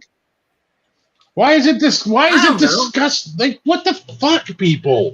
Corn doesn't go on Jesus. pizza. Okay, hang on. I literally said, fuck Farley Pacos, it's a piece of shit game, blah, blah, blah, and you guys acted like I was being a savage. Now you're like, someone puts fucking corn on a pizza, ketchup on a hot dog, kill You're those saying it fucking sounds humans. disgusting. That's it. You I people, gotta man. ask Death Angel a question. When you worked at Hungry Howie's and Kissimmee, did Bob and Stephanie work there? So anybody wants to kill HEB or whatever. Death Angel. Yeah. Was his manager, what's his name? Stephanie, Carlos's wife, until she Carlos' wife. Yeah. Because Carlos was our manager, right? Except we didn't call it Hungry Howie's. We called it Hungry Hose. Because, Bob still works at Hungry Howie's if he hasn't retired by now. That's why we called him Howie Bob, the assistant manager. yeah. That place was pretty wild. Yeah, Hungry Howie's was interesting. Was it Waffle House Wild? I remember our buddy Nate, or not Nate, Ash would climb up on the roof and get high. Yeah. Because, He could. because he could. And that was basically a big part of it. But Back to eating ass. I order pizza. Back to When I order pizza, I order New York style pepperoni, banana peppers, and black olives. And I like it. And I don't care And what that's the anybody way I thinks. liked it. Bear wants to go back to eating ass. I said, meanwhile, let's go back to eating ass. Well, I mean, no. No. Let's not say we did. No. Seems like a good way to get hepatitis or Pink eye. something. So I'm Get going yourself some for it. pink eye. Scott Baio gave me pink eye. Hold Yeah, on yeah, to that for okay. a while. I'm sorry, what was that, Shadow? You're filming gross meat ass and guys who like I said 12? only if you're there What? for a really long time. Yeah, so that's speak from the. He Is said that the something voice of about Baio, experience, didn't Shadow? Is that what you're giving us here? Fuck no. You know, Well, when you go down on a grill, you get that really bad taste in your mouth. It's just a little overbite. I was just thinking of that Yeah, Linda Ronstadt song. this stream has gotten way out of control. You're welcome. Like, Happy Monday, everybody. Yep. One fun lay. That's funny. But yep, working at Hungry Howie's was pretty fun. Just show up, deliver pizzas all day, put boxes together. I mean, not get paid shit, but I mean, it was still pretty fun, you know. But Hungry Howie's, I don't even know if you guys got them in other places. I've never heard of it. America. Never heard of it. Yeah, I think it's just a Florida thing, and I'm pretty sure the guy who started it just started it so that he could like launder money or something. So you know, it's like horrible cheap ass pizza. but you gotta love the Cajun But- Howie bread. Oh, the Howie bread was good, especially the Cajun Howie bread because it's really spicy. And you eat it with blue cheese, so it was really I like the good. Cajun Howie bread with cheese and blue cheese. But the it's just about the worst pizza ever. Hey, that Wacky Wednesday. But on Wednesdays, they called it Wacky Wednesdays, and you could get a large cheese pizza for like $3.99 or some shit. So Wednesdays was always a freaking, you know. Like, what year was this? It's still Oh, geez, man, 30 years it's ago. still going on though, but the Wacky Wednesday's like $5 now. Yeah, And like and it's a large pizza. Death Angel says, it was founded in Michigan Well, okay. alongside Little Sleezers. So the guy that I'm talking to who opened up all the franchises was a real estate lawyer who closed some deal and made like $20 million was his part. And the first thing he did was like open up a bunch of Hungry Howie's franchises. And, you know, so I always figured that the whole point of it, since he never really seemed to give a shit what the restaurants were doing, was that he is just like, you know, laundering money or something. Because, you know, it turns out like a huge percentage of pizza joints literally only exist to launder money. Well, I'm going to bounce out, guys, because my phone's at 20% charged in at the moment because my charger sucks. I need to go to the store and get a new one. See ya, Hunger. And Yeah. you pretty much did everything you could to run the stream anyway. So you might as well. When go I take a came on, break. we got more people in the audience. More people started chatting in the audience when I came on. You know what? Get back behind your dumpster, Leroy. Jesus Christ. Damn. I'm going to call Feel the mom. love tonight, folks. Come on. Tell her that I already called mom today. Did you tell her about So I'm BGT? already her favorite son today. Did you tell her about BGT? And if you call her, she won't answer because she is going to Lexington to see the doctor. Did you tell her about BGT? How did you hear? You about told it? me, you tardo. Did I tell When I you? talked to you this morning. Damn. Shadow, you're not the only one waking up on the retarded side of the bed today. Yes, I told her. Now that you The remind fuck is me, BGT? I wasn't going to bring it up. or It's a buddy of anything, ours. 'cause Oh. His, It's not my story to tell. his name's Tony. I mean, Death Angel His knows name's Tony. me, We but call him Big still. Gay Tony. Which He's is really not cool because he's like 5'4" and straight. and straight. Mm. That's pretty funny. Yeah, he's straight too. That's brutal. Yeah, he's short and stocky and straight, so we call him BGT. Yeah, it makes no sense, nor is it supposed to, I guess. He's the one when we were younger. Him and his current roommate at the time were out at a game or some shit, and we broke into the house and we took their bedrooms and put them in the other rooms exactly the way they had them. So moved all the We furniture out of one completely bedroom, switched their and then moved it into the other bedroom and set it up exactly how it was in the original bedroom, and then moved the other furniture into the other room and did the exact same thing. And they came in and they walk into the house and they turn left and right to go down the hall to their bedrooms. And we're hanging out across the street, hidden in a field, and they had a big slotted glass door for a front door. And just seeing them walk out of their bedrooms and look at each other and look past each other into the bedroom, where it was hilarious. They didn't think it was hilarious at But all. us and They thought it was us and breaking the and other entering. 7 people who did it thought it was great. Yes. But they thought it was breaking and entering and not cool, and weren't happy that they had to stay up all night rearranging the room before they could get to bed so they could be up at work tomorrow. And we offered to help them, but they refused our help. So it's their fault it took them all night. Yeah, it's absolutely well. their fault that it took them all night to rearrange their furniture that you put in the wrong place. Yes, yes. It was my idea too.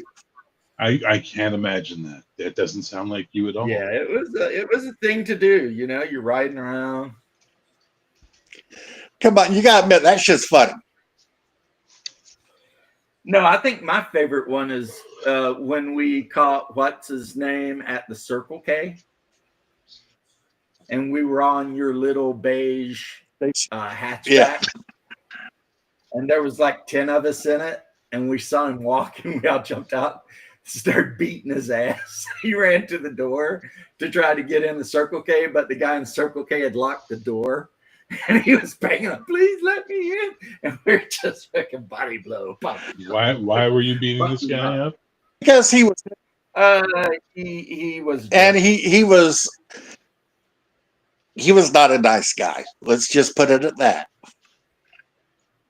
he broke into my van and cut my seats up. Why? I Did don't you know. break into his house and rearrange all his furniture first? No. I mean, you know, no, because we'd only do that. to Oh, a well, friend. yeah. We hardly knew this guy, but And that's not something we'd ever do to somebody we don't He- like. I mean, he God. had beef with one of our friends, and we told him to just like let it go. So he started going after all of us individually. So we decided He got dealt that we would just take care of it all at once. with. Yeah, pretty much. And with that, I'm out of here, guys. Bye. See ya, Hungar. I'll talk to you later. I'll tell you what, that fight looked like a circus because there's like 8 of us in the back of his little like Toyota hatchback. And when we come ripping up and open the doors, it looked like clowns piling out of that fucking thing. It's just like, or Mexicans, you know, either way. It was this little compact car with just people coming out of everywhere. That poor guy. You know, it was years later where he and I ended up being cool. You know what I mean? Like we were out somewhere and he's like, you know, he gave me the bro nod. How you doing? I was like, what's up with you? He's like, hey, you know, blah, blah, blah. I'm sorry about all that. And I was like, me too, man. It's stupid. And then that was basically the end of it. You know Then you what I beat mean? the shit out of him for old time's sake. No. I mean, I don't hold grudges, Bear. You know that. That's fair. So it was like, yeah, he violated my home. He cut up the seats of my minivan. Okay. Now I'm gonna be my I'm So hang on, yeah. I'm gonna be my father right now, or Bill Burr asking why the snake bit you. Why did he break into your van and cut up your seats? Was it just a random occurrence, or had you fucked with him and this was his revenge? You know what? If it had been revenge, I'd have been a lot cooler about it. Okay. It was because I was friends with that half Mexican kid I tell you about with the dead eyes. Uh-huh. That become a tattoo artist up in Pittsburgh, right? Uh-huh. And because I was his friend, I backed him up in a fight, and I kicked this guy named Austin Beasley in the face, and it like made him bleed out of his ears. So then this guy, well, he come up at me, and when he walked up within range, he threw his arms up like, you know, the typical redneck Bear. He got up near me, and as soon as he got close, he threw his arms up like this and said, what are you going to do? At which point I just, you Kicked him know, in the head. did the thing, right? and he fell to his knees. So I kind of stepped back and football kicked him right in the head. I mean, hard as I could. Bang. So he's out, right? And so this guy was that guy's friend. He wasn't at that fight, but then the cops showed up and they said somebody is definitely going to jail because that dude's over there bleeding out of his ears, right? So then Hungar said I did it because he knew I had kids. And then it turned out that the city cop that showed up had went to high school with Hungar and been on the football team. And recognized him from his ID. They started talking like they were old friends. Hey, what you been? Blah blah. So we got trespass warranted away from that dude's house because let me remind you, it happened in his front yard. So we weren't allowed to go anywhere near Missouri and 15th Street, like not within a block of it. But then this asshole was friends of that asshole. So he thought he would get some come up by sneaking to my house at 3 a.m. or something and cut my seats up, which then put him on the list. Because it was like, I don't even know this guy. But, I mean, if you're going to cut my seats up, then, I mean, I gotta, I can't let that slide. Gotta give it the ear bleeding. So I hunted this guy down, but I didn't whip his ass. I would never claim I whipped his ass because, like I said, there are like 8 of us. So that was just a good old-fashioned curb stomping right there. I mean, that was just, a guy begging for his life and getting stomped the shit out of him. But I told you guys, there was a time when I was around 16, 17 that I went through a phase of hyperviolence. But luckily, thank God, I got over it. You know what I mean? But yes, I didn't always used to be such a laid back, old dude. I did some really bad stuff that I should probably be in prison for. So yeah. But now it's all good. All the people we used to brawl with are cool. Everybody's grown up and got kids. Nobody's got time for all that shit. It was just something that happened in like the late 80s, probably had something to do with a girl. If I know my friend Ashley, and I think I know him pretty well, yeah, it's got something to do with a girl because that guy was a horn dog like you never saw and had no boundaries. Like he would straight up try to bang your girlfriend while you were standing there and then fight with you if you had something to say about it. He was that kind of guy, you know what I mean? So I would say, yeah, he probably tried to bang one of these guys' girlfriends and they got mad. And then Ashley's whole deal is anytime he got in a fight, he'd come to my house to get me involved. Because Ashley was not as big as I am and stuff, even back then. So I was kind of like, it's like gang violence. And if he got into a thing, he come and got me to help him handle it. You know what I mean? And of course, I brought Haas and Marcus and my crew. So, of course, I say my crew when I mean the guys I gamed with on Friday nights. It's not like we were out selling crack or anything. My crew was literally just the dudes I gamed with. But they were all down if that's what we needed to do to help a bro out, Because the saying, if a friend asks for help, you help him. Mm-hmm. That was kind of what we lived by, If your friend asks for help, help him. And, there you go. That's why my nose is so crooked and stuff, guys. My nose has been broke so many times. Not that it ever stopped me, but for some reason, people like to break my nose. But I've got to where, like, when I was younger, I got to where I wouldn't even notice. Like somebody break my nose and I'd hear the bones crack and stuff. And I didn't even notice. I didn't even care. One thing I'm really happy about, though, I never lost a tooth. But a lost tooth almost killed me. Because I hit this one guy really hard and knocked his tooth out. And it got jammed underneath my knuckle here. and it gave me blood poisoning. And I started running a temperature, and then I looked at my veins here, and they were green as they were going up. And I was like, that's not good. And I went to the hospital, and they had to go in and pull the sliver of that guy's tooth out. No, looks like I gotta go. I'll see ya. See you, lad. Yeah. Bye, Les. Was this guy like an orc or something? No, it's just some guy. This is some Oh guy. shit! I gotta go Bar too. or Fuck, something. it's almost 5 o'clock. Sorry, guys. I gotta bounce as well. Yeah. Okay, Good seeing you again, Bear. good seeing you. Let's see I got a game. I got a game tonight for those who want to see it. I'm just saying. Shadow's Cool. been catching up on it. Cool, man. Yeah. Sounds awesome. Don't patronize me. Jesus Christ. Okay. That's cool, man. Sounds awesome. Meanwhile, I had fragments of bone in my blood, and I was nearly dead. Well, Fucking hillbilly. if I hadn't went, the doctors told me if I'd went to bed like I want to, I'd died. Because blood poisoning is a serious thing. Yeah, Would have gotten to this area, it would have been the end. of it. yeah, for sure. Fuck, Jesus. But All right. On that So, happy note, I guess don't punch people with bad teeth in the mouth important safety lesson. because their I'll be teeth seeing might you. break off in your hand, and then you could get infection that could kill you. I mean, whatever. Live and learn. Yep.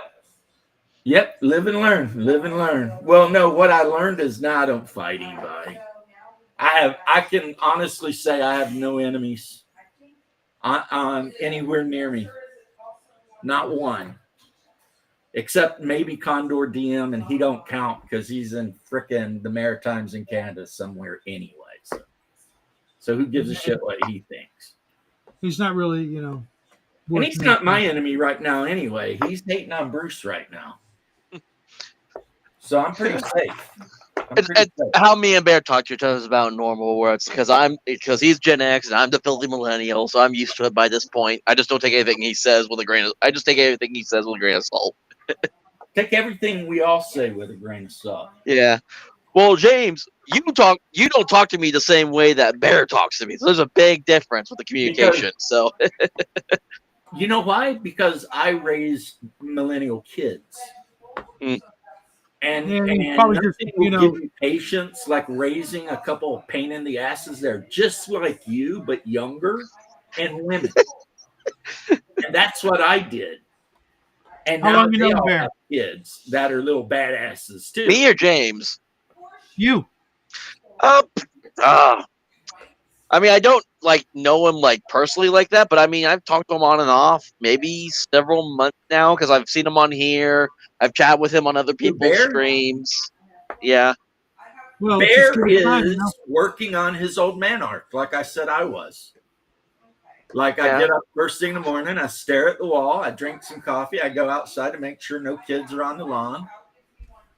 I mean, it is what it is. He means nothing by it. yeah. As a matter of fact, the reality is Bear is really a sweetheart.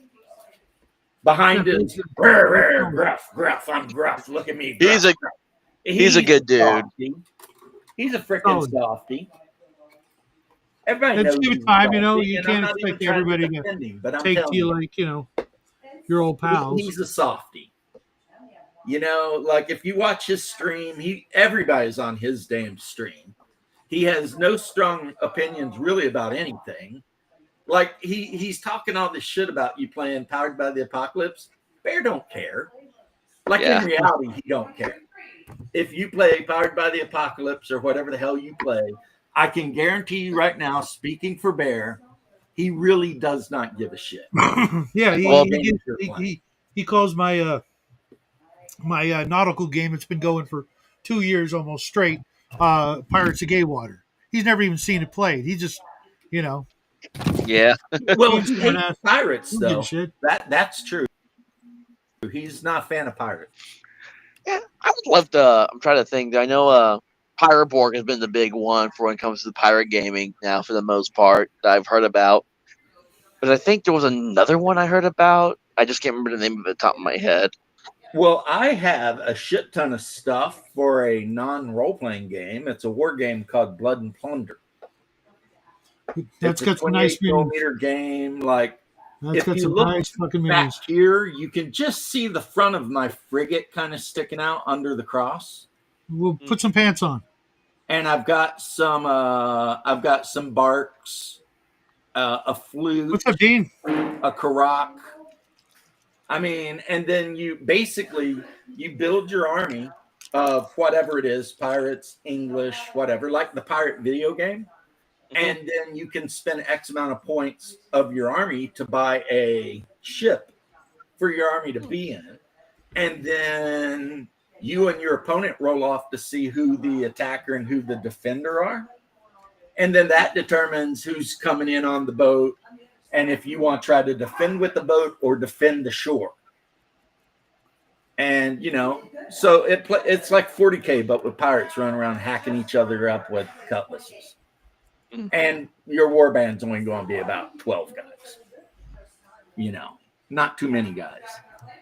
I mean, you can have a lot more, but not necessarily will you. Depends on the points, Excuse me. And the ship. If you get, like I said, the fifth rate frigate, like I've got one of, that thing costs a lot of points. Costs like a fifth of the total points you're going to have.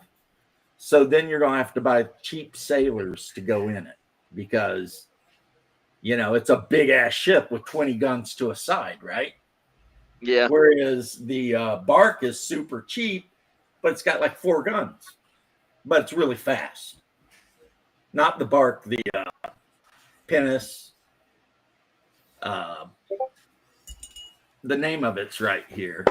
See, because it's got these cards that you can laminate and then mark off like battle tech cards for damage. Oh, cool. That's the bark. No, the sloop. So, I've got 2 sloops. I've got one of them is set up as a Balandra.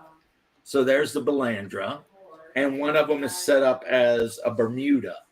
And the difference is one of them's a little tougher, but the other one's faster. So, you get to pick. And see, a Balandra sloop costs you 10 points. A bark, which is really, really slow and carries only 2 guns to a side, costs 8 points. But the bark is what the Dutch used a lot of for shipping and stuff. So, I mean, if you're into like Sid Meier's Pirates, if you've ever played that game, then this game will be right up your alley. Sorry to hear that, Dean. What's wrong with Dean? His stomach is Sick all day. I am sorry to hear that, homie. So, haven't painted them yet, but here is my Blood and Plunder army. I chose the English. Cool. Yeah, I know. I have another shit ton of them that came in the box because the box comes with multi-piece plastic pirates that you can set up however you want. But I wanted the English starter set.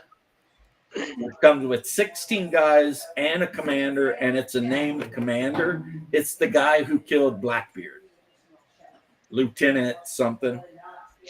Yeah, I was talking to DM Blackwell last night to create Horde Wars, and he's working on a new science fiction game with the D12 system he has called Dropship, and he's been painting up a bunch of miniatures. Like he bought a bunch that were on bulk sale from WizKids, and he's been kit bashing a whole bunch of different enemies and army and military men and all that. And he was showing me pictures of them all last night when we were on the phone talking about it. So, and he's thinking about he's going to start selling miniatures alongside his books. Nice. See, I kind of think I've got him beat because in this box, I have a platoon of ODST soldiers from Halo all painted up with the red bronze visors and shit. because I found an STL for ODST from Halo. And cool. See, you don't know what that is at all, do you? Well, what is? Hunter. What? I'm Oh no, I know what Halo ODST is. Yeah, I played it. Okay. You get some points. ODST, they're the best. Fuck those Spartans. Was one of my favorite games I remember playing because I remember I was playing it at a friend's house, and we were just blazing through it. I was having such a fun time with it. I love the preview for it. When it shows the little boy and the Polish guys yelling and they're doing the graveyard thing. And then the very next scene, you see him going through basic training. And then the very next scene, anyway, I'll look it up.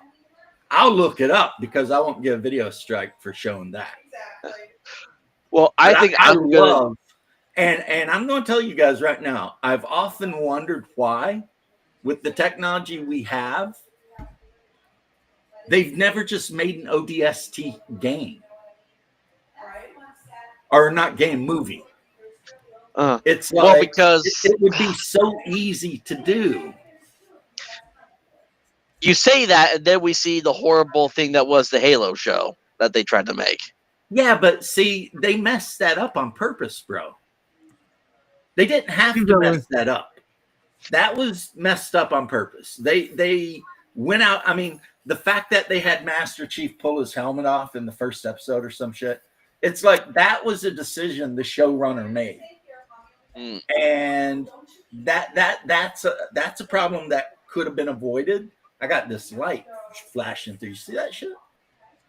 And Yeah, I see it. the example of how it could have been avoided is watch the movie Dredd. If you watch the movie Dredd, I don't know if you've seen it or not. You talking about Judge Dredd? Yeah, not Judge Dredd with Stallone, Dredd with Carl Urban. The newer one they made later At on. no point does he ever take his helmet off. I have that one because He's I just bought got it. his Was like helmet on, and he's just got that like angry look all the time. Yeah, because I got that. It was a double feature. It was Dread, and I think it was the newer Punisher movie they made at the time as well. Yeah, see, that's Dread. But the problem is when you get people who got big egos, they insist in their writer that they show their face. That's why that jackass that I'm so sick and tired of had to take his helmet off in The Mandalorian. Pedro Pascal. Oh, Pedro Pascal, who they now put in Pedro Pascal, who, everything. in my opinion, could get effed.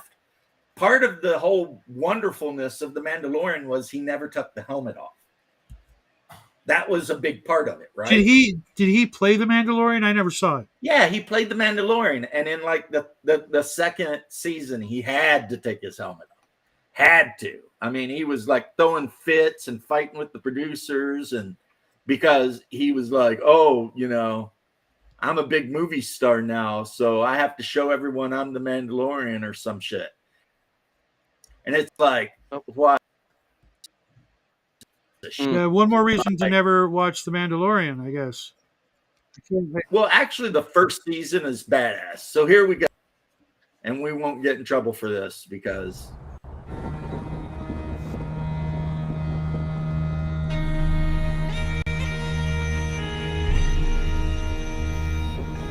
so badass.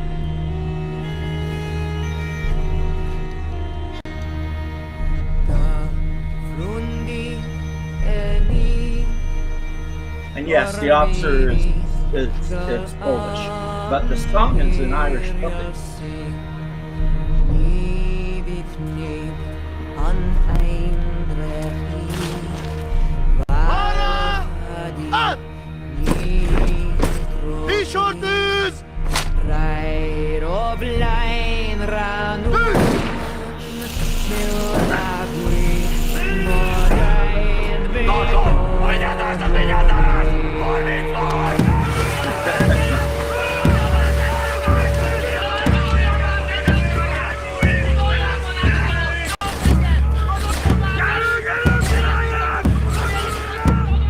This part I love.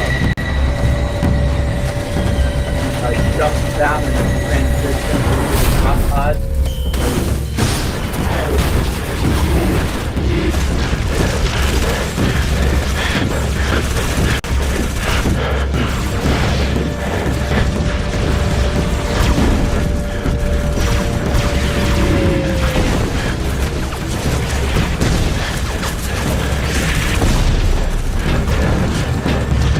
Pulling the man out of the way.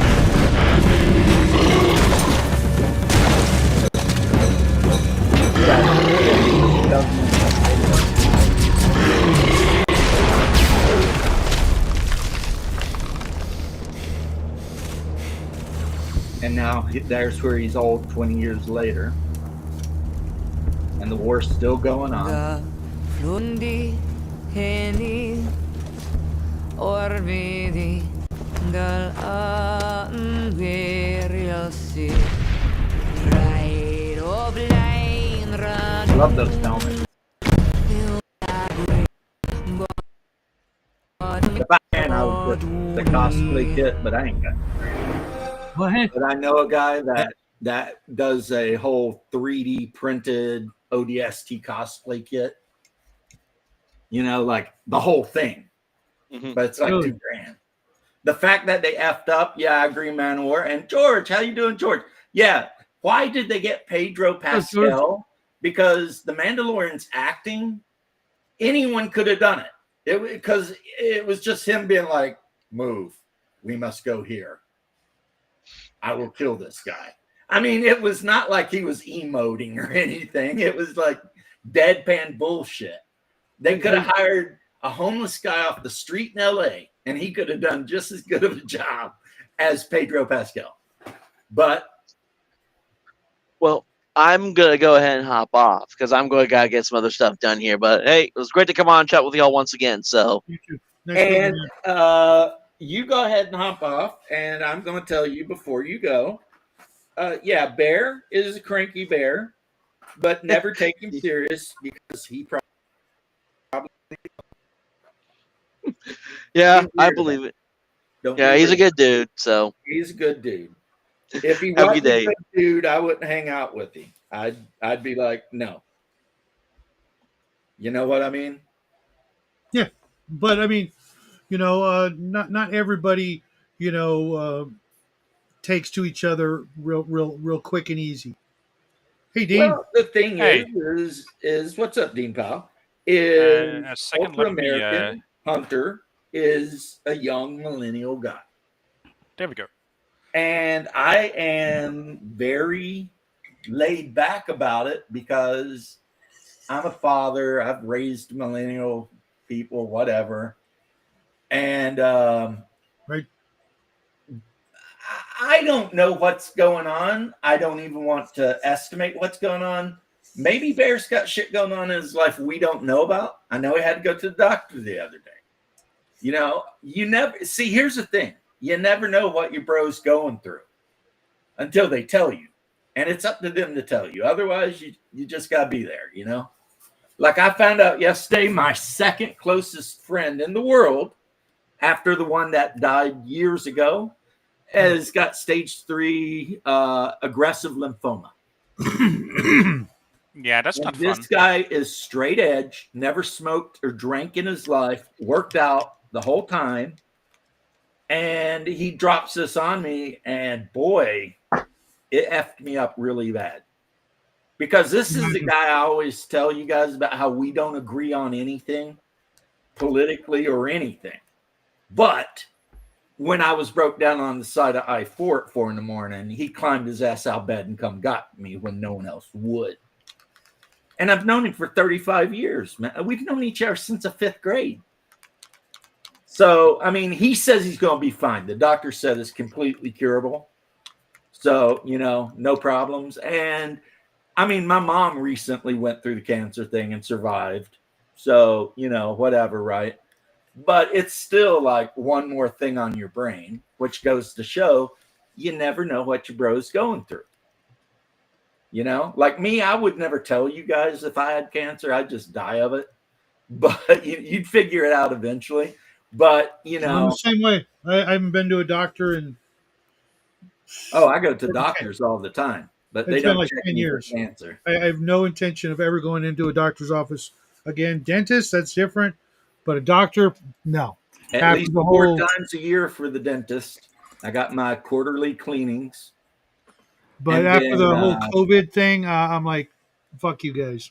Once a month for the doctor because they got to give me all the medications that make me safe to be around. It's like that sign that you see on, there's a sign, like a warning sign you can get on Amazon. It says, this veteran is medicated for your safety. And you can buy it and like it. It's a joke, but Except my problem is when I have my events, I have what they call fugue state, which means my consciousness goes away and just leaves a completely empty body. Yeah, I tried that before. That's one of the reasons why I don't do drugs and why I can't do antidepressants. Yeah, The one time you tried. SSRIs or whatever, man, they're not great. They're also counterintuitive, it turns out. Yeah, they have me on a number of things. The main thing I think is the clonazepam. I'm on, like, they cannot legally give me any more clonazepam. And I'm on another kind of drug that makes me not dream because of nightmares. So That's now not good. my therapist thinks it's 25% fire department, 75% Gulf War. Like at the end of the Gulf War, I probably had it, but I pushed it down real deep and I hit it. Yeah. And then getting exposed to a bunch of crazy shit in the fire department forced it out again. And, of course, who knows? I mean, I saw something on the news where they're talking about like microdosing ketamine could be like a thing. Because Basically, what ketamine does is, neuroplasticity or something. if I remember correctly, what ketamine does is basically it helps you treat the stress hormones already too high in your body. And then also, she was saying something about cortisone overdoses or something I could be having. Like my body could be cortisol. Like dumping cortisone for some reason. Get your colonoscopy. I'm going to do the kit. You know how they're always wanting you to go to the place to get it done? I'm just going to like poop in a thing and send it to them. Let them figure it out from that. Yeah, that's not is thorough. Let's just say that. Yeah, just shake out the grognard pouch. You'll get used to it. That's a good. I mean, but see, Bear is not even like a grognard in that, like, he don't give a shit about what game you play, but he's a 50-something-year-old dude with a lot of opinions. And some people can't handle other people having strong opinions because I don't know, like, whereas me, if somebody has strong opinions around me, I'm just like, all right, because it's not a threat to me if you have strong opinions. I mean, I'm still going to do what I do. So it's like, but I think it's really, I don't want to say weak men, but men who are not really like grounded in their beliefs can find people who have strong beliefs a bit intimidating, a bit hard to deal with, because it's like, but once you find who you are, then other people don't bother you because you're just like, oh, okay, whatever, dude. At least that's how I do, like. Yeah, my boy, for only being 17, has got some seriously strong ass opinions on shit. He does, and I love it. I love it. Except I've told him he needs to be nice to you and treat you with respect because you're his dad. Yeah, well, I don't cotton to that too much. Yeah, he's got some shit to work out. I was a little too honest with him to tell him, shit that I've done, to try to educate him and keep him from, making the same mistakes. But he just, thinks, he could never make those mistakes, and, his shit don't stink, and, he'll figure it out. I ain't worried about it. When he gets knocked down a few pegs, and if he joins the military, believe me, somebody will knock him down a peg or two. Oh, I don't think he's going to do that. It'll happen quick. No, I don't think he's going to do that. Peg knocking will be frequent and freaking nonstop. Yeah, for about 13 weeks. I think he's a little too soft for that, and I think he's realizing it. He's thinking about becoming a teacher, and I'm like, well, teachers are good too. Yeah. Just what's better than being a teacher though? Being a veteran that's a teacher. The only problem is with his, in order to be a teacher, he's got to go to college. In order to go to college, he's going to have to traverse that minefield of, Marxism. Yeah. And with his mouth, he's going to fail every class because he's not going to, just say what they want to hear and keep his opinions to Yeah, himself. because you got to play the game. Right. And he does not. Famous last words, right? Yeah, I don't know that he knows how to do that. So we'll see, Yeah, I've talked to my niece a lot about it because she's got like all these master's degrees and stuff, and her boyfriend does too. And I'm always like, you guys think that means something, but all it means is you sat your asses in class and repeated back shit you were told. You didn't learn nothing. Mhm. Because that's just how a lot of colleges are today. You show up, the guy spews a bunch of shit at you, you agree with him, and then you go on your way. And it's Yep. like, That's That's not not learning. That's not learning anything. That's learning, what they want you to think, right. not It's how not to think. education. Yeah. What's Good crazy old-fashioned- is George Washington and all of our founding fathers, I would argue they were some genius dudes, right? The Oh, yeah. only book they had in their primary and secondary school was the Bible. Yeah. They learned math, reading, writing, everything. They learned from a Bible. They each even have a copy, you can look it up, called the Teaching Bible, which is just a Bible but designed to be used for teaching. Now, of course, they're, Jefferson apprenticed under White or with to become a lawyer. So, after he graduated from school, he did go on. And the other thing about the founding fathers of America, Dean, as a European, this might tweak you. Revolution, they were on their mid-20s or early 20s part. Yeah, I know I'm already behind. Yeah. If you're going to start your revolution, you need to get going. Yeah. Like Jefferson, I think, was like, I don't know, 23. Washington was like 20-something. People only think he's old because every time you see Washington, he's got the white hair, but it's a wig. Yeah. Because they wore those powdered wigs. I think the oldest one of the bunch was Ben Franklin. And he wasn't actually a founding father. He was never a president. He was just the dude that hung out and was like, hey, check He's this the shit weirdo. out. I invented lightning rods. He was the Yeah, weirdo of the bunch.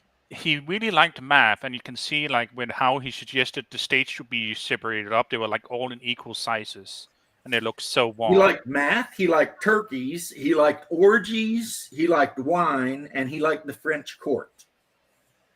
Like I said, he was a weirdo. Yeah, he spent a lot of time in the French court, going to Hellfire Club meetings and getting lit and getting involved in orgies with apparently King Louis. But because he did all that shit, the French came to our aid, and Lafayette helped us out, and so it was great. It was a great. Did you ever see The Bastard, the miniseries back in the day? The Bastard. Franklin was 70 when he signed the Declaration. See, he was way older than anyone else. Yeah. Tom Bosley played Franklin in The Bastard and gave a really, really impressive performance back in the day. Well, these guys were complicated men. You got to think about General George Washington had of late been like Captain George Washington of His Majesty's Army. You know what I mean? He went from being like a royalist to the leader of the Revolutionary Army, like that quick. And and even though they all signed the paperwork to have a revolution, that don't mean all the states agreed on shit. There was a huge divide, even in the 1700s, between the North and the South. Yep. You know what I mean? Oh, yeah. Like from Carolina down versus from Virginia up. Totally different cultures. I mean, they also called in the army to make people sign the document.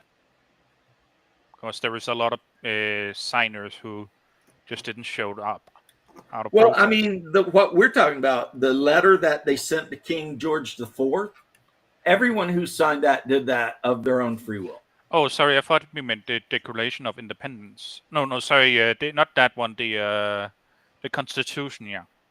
The Declaration of Independence, which was written by Jefferson and has the big John Hancock across the bottom. He wrote his signature super big because he wanted to make sure King George saw it. But it was just written by the Continental Congress. And then Jefferson wrote the Constitution. And that was signed by all of the people from the states. And then later, they wrote the Bill of Rights, which is where you get like the First Amendment, Second Amendment, Third Amendment, etc. Right. All the way up to the worst amendment, the 19th. Which one is That's the that one again? that lets women vote. Ah, I'm in total agreement. And they also made Jefferson change it because originally only landowners were supposed to be able to vote. And it was originally supposed to be life, liberty, and the pursuit of property. But then other people were like, no, you got to change that. And you also have to remember, for our founders, Jefferson and his clique absolutely hated and was hated by Madison and his clique. And that's why you have the Federalists versus the state rights guys, right? And they were constantly challenging each other to duels and ganking each other. That's why Aaron Burr killed Hamilton. Yeah, Aaron Burr was a Jeffersonian guy, and he challenged Hamilton to a duel and shot him. And Hamilton is on our $10 bill. So, I mean, if you think some Mexicans throwing punches and their Senate was a thing, go back to the early 1700s. The American government, they were literally just capping each other right outside the White House, man.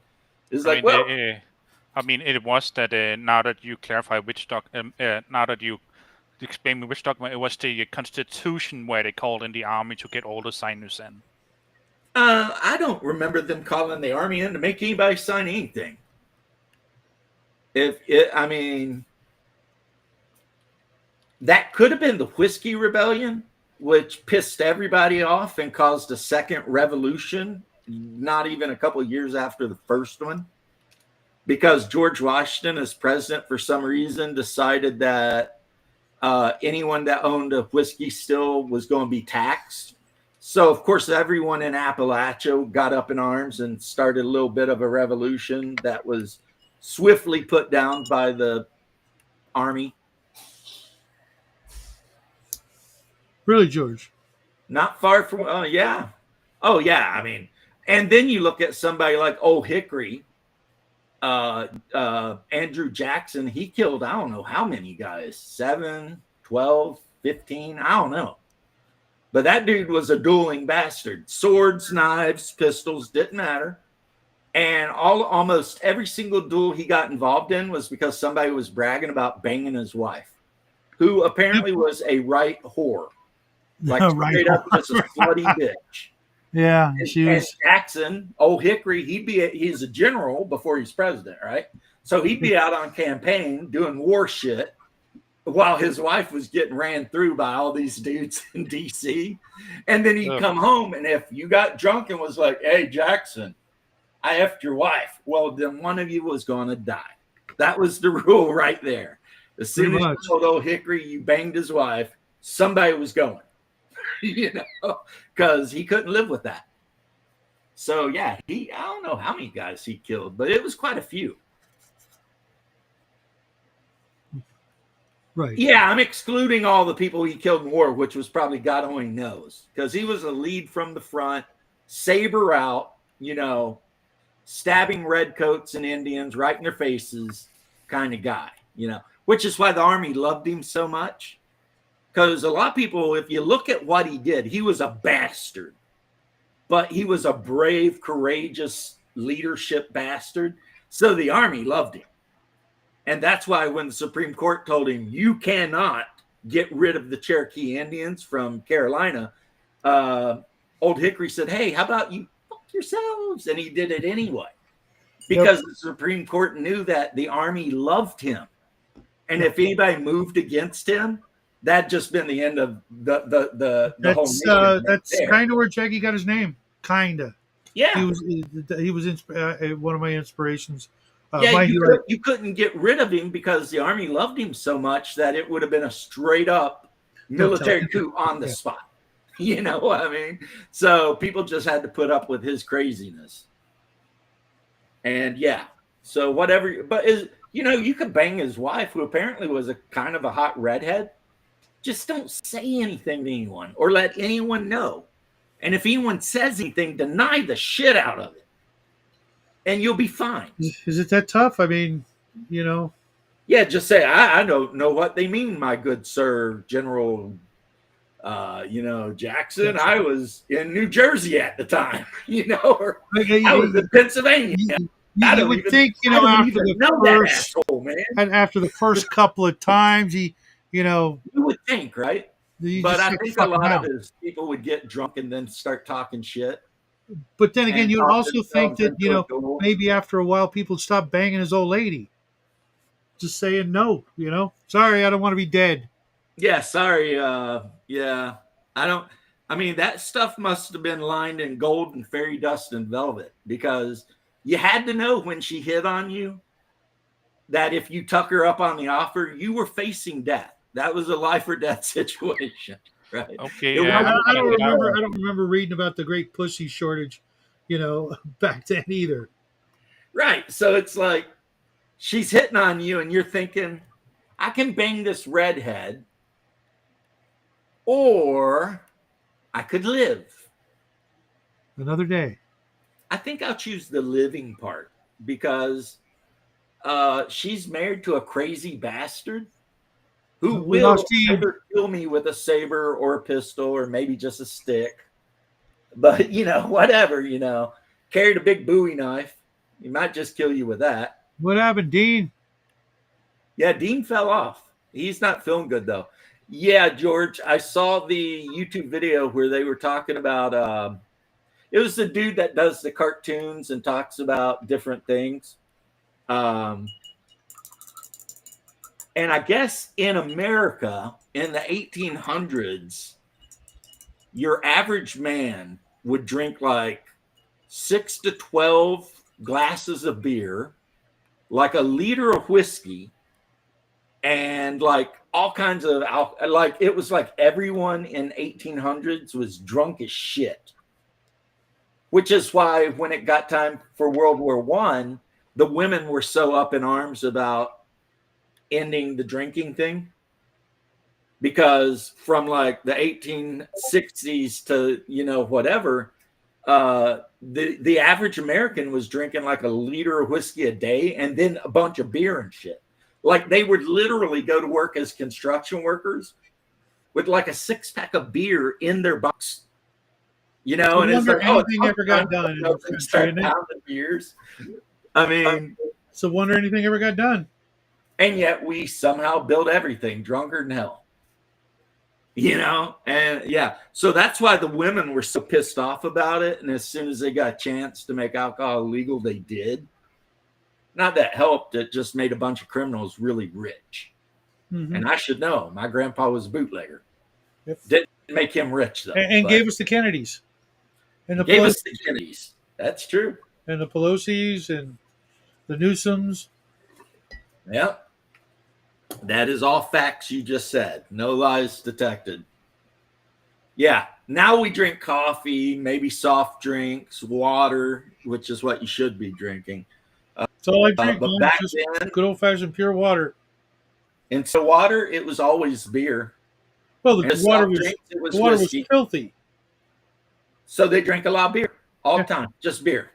If you had money, maybe you could afford wine. Yeah. But generally, it was just beer and whiskey, rock gut whiskey. Which is funny because now people drink mostly. I know the other Kennedys, Dean. now everybody just drinks soda, which The is Dead just full of Kennedy. freaking chemicals and shit. You know? But think about any Clint Eastwood movie. Think about how hard you gotta be to wander off the desert, having not had anything to drink in days, Right? and walk into the saloon and be like, whiskey. God damn, dude. I mean, aren't you dehydrated? No wonder you look I'm like dehydrated leather just thinking stretched about over a it. skeleton. Just thinking about it, I'm getting dehydrated. It's like his blood must have been the consistency of freaking school paste or something, you know. Just It didn't you even know, these flow. guys It didn't even flow. It was just stuck in motion just stuck You know? there, you know. And it's until like you croaked. iced tea is good, beer is good, but Yeah, it's water, like, man, it's water. yeah, these guys they you know But come rolling in, and then Clint Eastwood, the guy would pour the shot, and then Clint Eastwood would grab his hand, leave the bottle. It's like, God damn, dude, you're gonna drink a liter of whiskey, really, just right now? Oh, okay. by the time I was 19, I was drinking a case of beer and a pint of Jack Daniels every day, every fucking day. And by the time I was 22, my old man, he passed away because all he drank was soda, and it just freaking tore his ass up and killed him. And I started getting some stomach problems too, about a decade ago. And I said, well, I guess it's what I'm drinking, because I was drinking, like 2 liters of soda and a blender of coffee every day. And I'm like, well, I guess it's going to be water. And all the problems I had just went right out the freaking door within a couple of months. I went through a phase when I worked third shift at a Circle K where I was drinking probably 4 liters of Dr. Pepper a day. And When you say Circle K, it reminds me of the what did they have? They didn't have a Slurpee. They had something else, like a slushy or something. it's a slushy. And it it's had got like those a little bear tiny on it. those little micro balls of ice. Right. Oh man, But I mean, third love- shift, one of the benefits of third shift or any shift at the Circle K is you can have all the fountain drinks you want, all the coffee you want, as long as it's something you make, you can have it. right. So If you it's a can't have a bottle, bottle of Coke out of the freezer, but you can have 64-ounce Coke out of the and because it's 8 hours and you're sitting there bored and you've got a 64-ounce glass or cup, right? And it's just full of Dr. Bucket. Pepper or whatever it's a you're bucket. drinking, and you're just Let's bored be drinking. fair. It's a bucket. Yeah, it's a bucket, you know. And maybe So does every wax- now and then wax grab a paper roller dog off the roller and eat that. And gain a bunch of weight and get soft and freaking Yeah. it's just not healthy for you, but I've been there. I've done it. Yep. And I probably won't go back. If I was gonna Soda if I thing was is gonna an drink American anything, thing. if I was gonna drink anything, it would be coffee. I miss that. Just smell. I was at the water store yesterday getting, filling up all our big, 5-gallon water bottles, and I walked by this place that's right next door. It's a coffee shop, and I'm just like, oh, I don't think a cup of coffee would kill you. yeah. But see, I'm addictive personality. As soon as I do one, as soon as I knock down one, it'd be like, oh, I guess I'm doing this every day.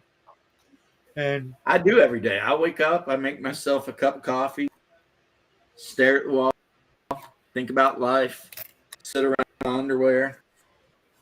I got motivation to put pants on.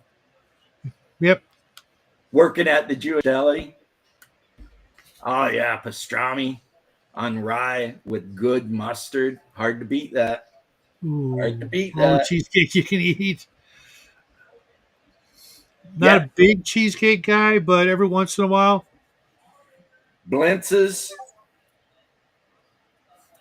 I mean, the rule is, depending on how strict the Jewish deli is you never eat dairy with meat. But I mean, some Jewish delis If you're not Jewish, Wait, and you wait, go wait, in wait, there wait, and wait, order pastrami. Wait, with what? Swiss, Oh, no dairy and meat at the same time? Never, Really? ever, ever, ever. How do you have a cheeseburger? You don't ever.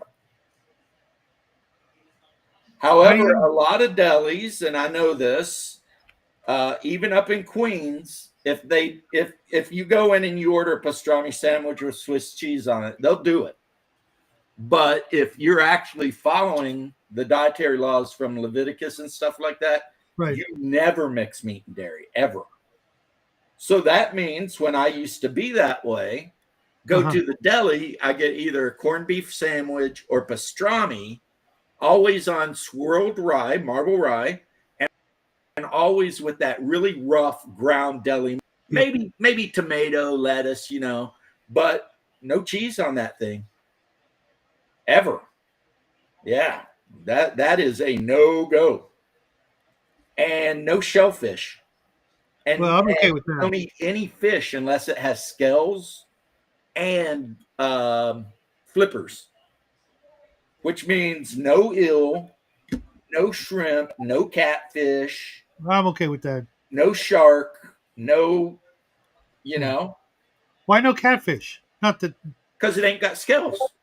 Oh, really? Yeah, catfish ain't got scales. I don't eat fish, and I've never had a catfish. So I would. Oh, you ain't know. See, I live in the South. Catfish live in ditches.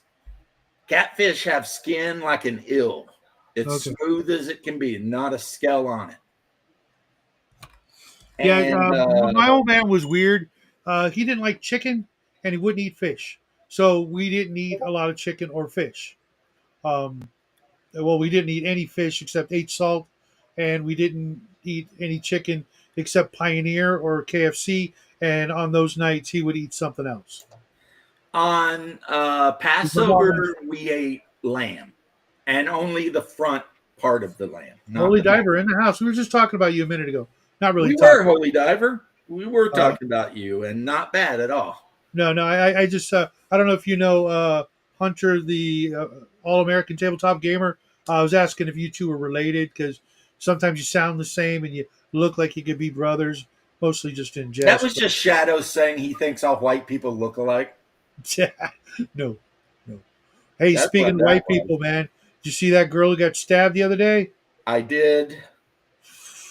And the fact that none of the American media want to say anything about it, just You know why, and it's not. I do know part, why. Part of the Because reason if the is- media is- told the truth about crime in America, it would cause a lot of white people to become straight up racists. well, Because if they realize that 51% of murders are being perpetrated by 6% of the population, there's another reason. yeah, it would cause a lot of people to change their opinions. about it. I have another theory also.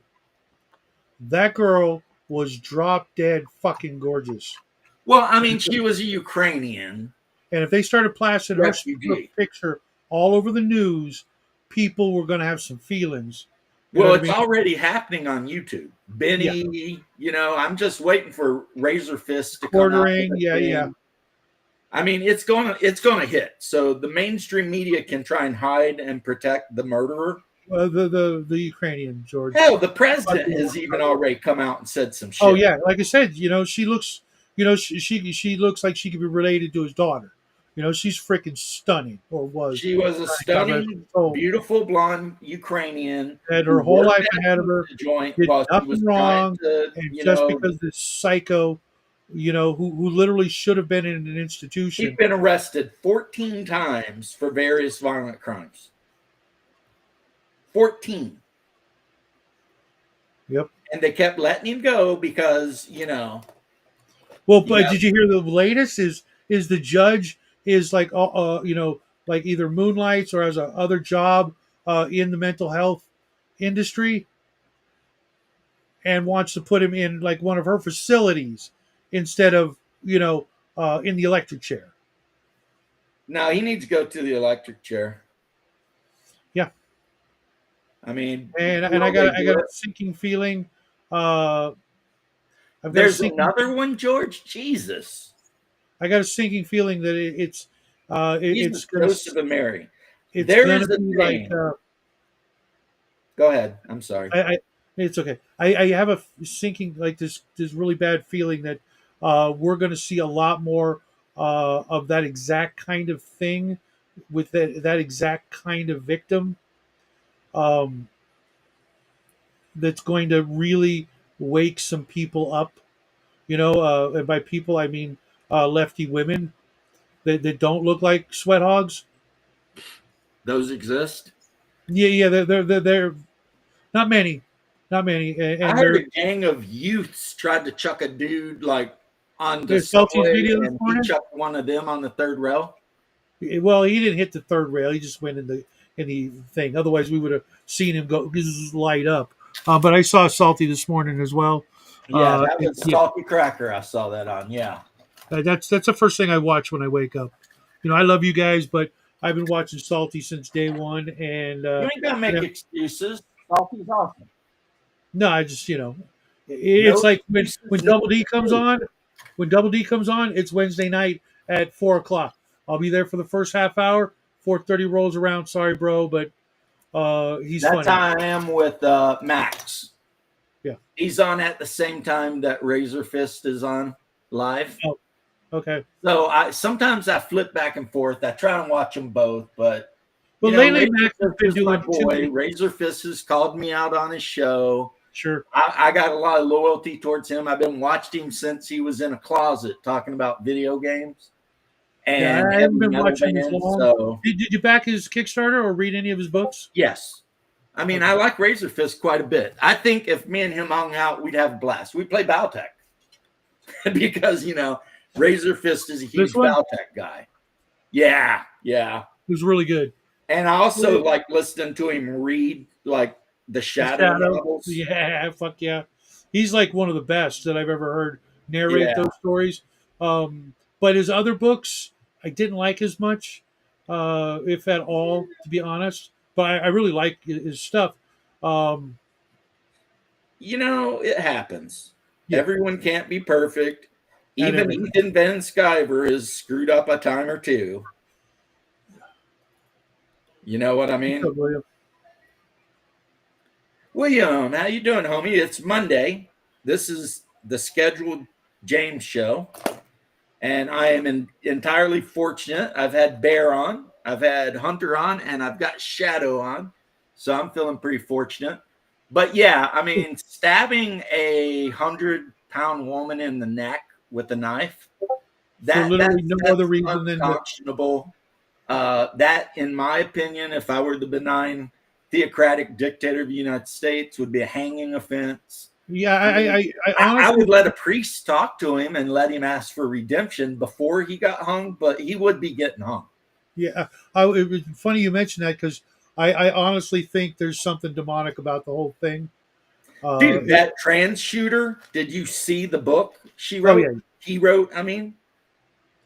There's a lot of Satan's. There was a picture in the book that he drew that showed him looking in a mirror, and there was a demon in the mirror, and he was asking the demon to leave. The only thing I disagree with about certain aspect of that story is everybody said he was a great artist, and I looked at the picture and I went, "You're shitting me, right?" No, he wasn't a great artist, but when somebody a lot of people said that, and I'm like, "You're shitting me, right?" At a demon, this is like middle school at best talent, and not even really talent. Shadow. My point is, when someone draws a picture of themselves looking in a mirror arguing with the demon, take it seriously. Yep. Even if you don't believe in demons, that's some severe mental illness then. If that makes you feel happier with your life. Now, in reality, it's demons. But if it makes you feel happier to blame it on like mental illness, you go nuts. There's a reason he didn't enter the church. He shot through the windows and then shot himself. Right? Because the demon would have been expelled. The demon would have had to get the freak out. The demon couldn't enter the church. He was a demon. But see, science is so stupid. It's like if you watch the movie Nefarious, the psychiatrist calls in the clergyman at the prison to talk to the possessed man. But the clergyman's one of these weak, soft, modern Protestant, there's no such thing as demons, assholes. And literally tells the demon that, oh, we don't believe in possession. We've moved past that. And the demon's sitting there being like, you don't believe in demons? And the guy's like, no. And he's like, huh. You know, because he knows he's a demon. Yeah. And he's sitting there, and the guy's like, do you want me to stay? And he's like, no. You know. And then he tells James, he's like, you still have to deal with me, James. I'm still here. I'm not going anywhere. And that's the whole thing, you know. It's a good movie. I suggest everyone watch it, especially if you're an atheist. If you're an atheist, you absolutely should watch Nefarious, because it catches Who else all was in the that? points. It sounds familiar. Well, it's got the guy from Boondock Saints in it playing the demon. And it's kind of loosely based on a book that was called 10 Questions for James, where, you know, James was an atheist and he was trying to figure out what he believed. And 9/10 of the movie is just the psychiatrist, James, sitting at the table with the demon Nefarious, who is, you know, in a possessed body, obviously, talking. And what it is the man that Nefarious has possessed is guilty of multiple murders that Nefarious made him do. And now Nefarious needs the man to be qualified as sane so that he can be executed, because Nefarious is done with that body. Right. So he needs that body to be killed so that he can move on, right? And as long as they keep him alive, he's kind of trapped in that body. And of course, he's a dick. Like, they offer the man a last meal and he picks it. And then before the guard goes away, Nefarious says, wait a minute, I changed my mind. I don't want nothing.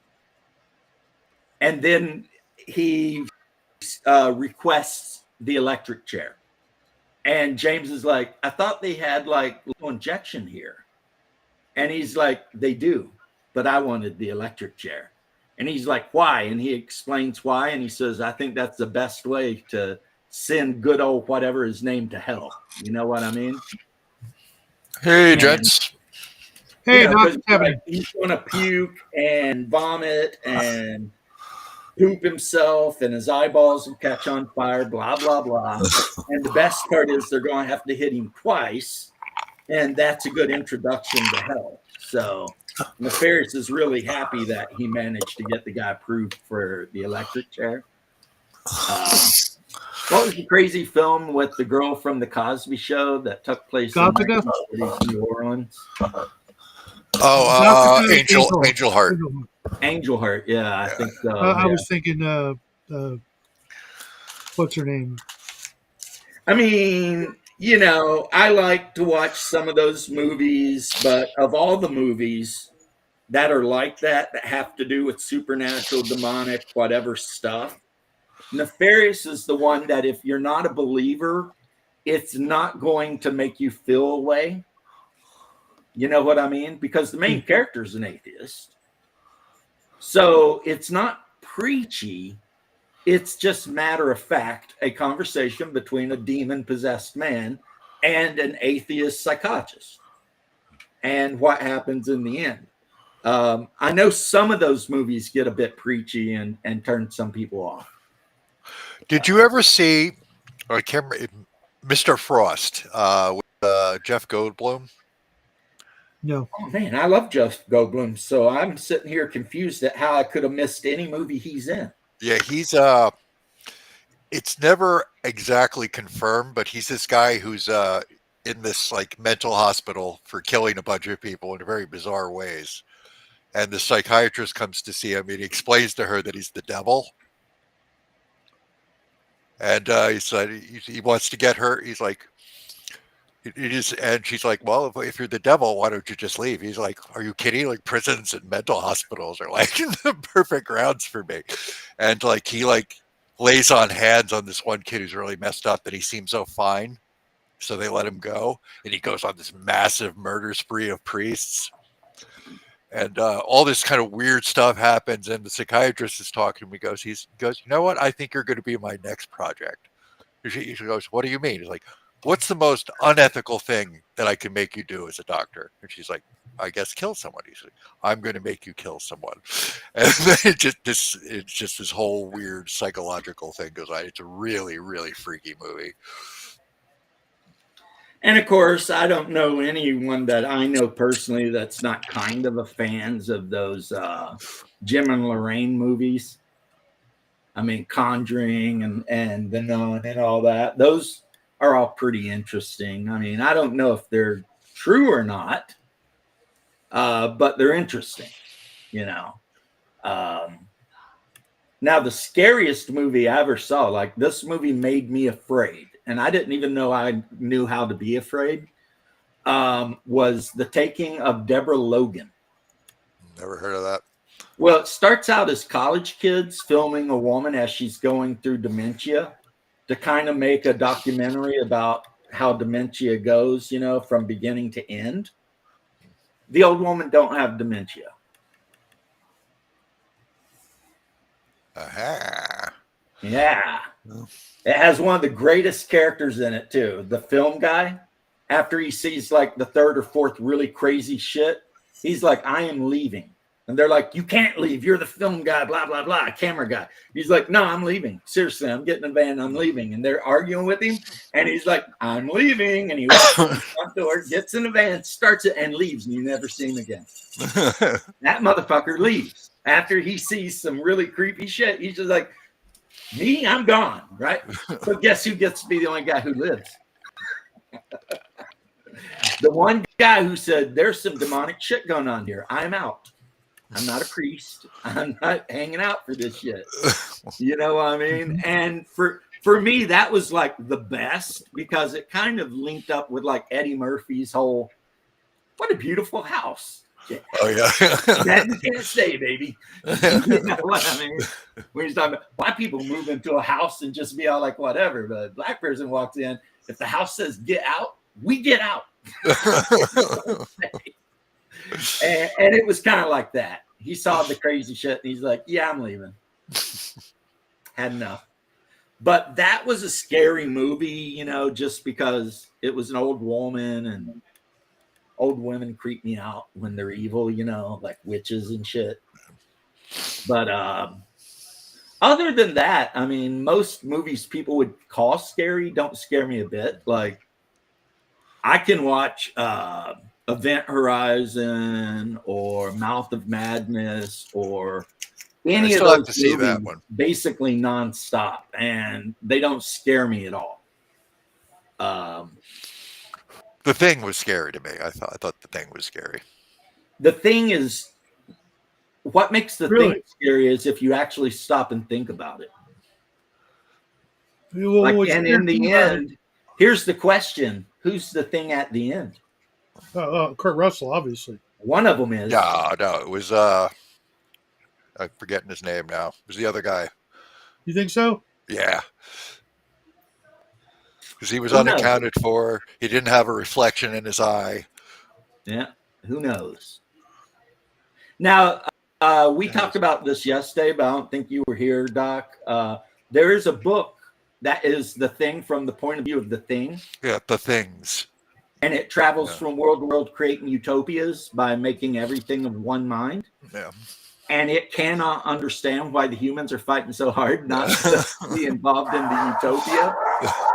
You know, it's all like, what is wrong with these beings? I mean, why don't they want to be part of the great consciousness, you know? And that's just hilarious. Childs. Yeah, Childs, that was it.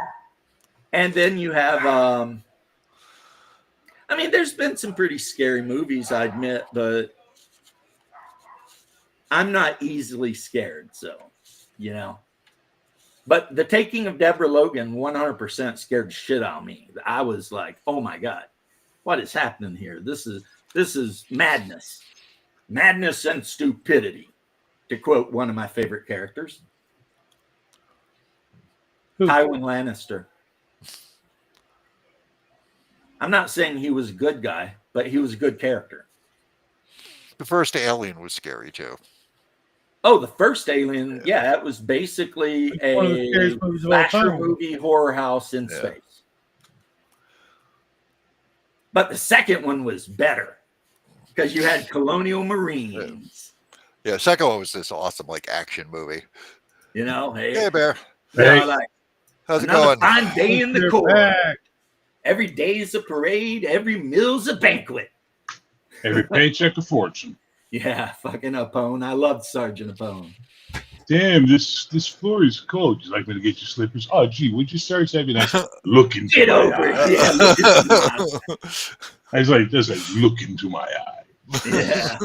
How do I get That's- out of this freaking shit outfit? Hudson, come over. Secure that shit.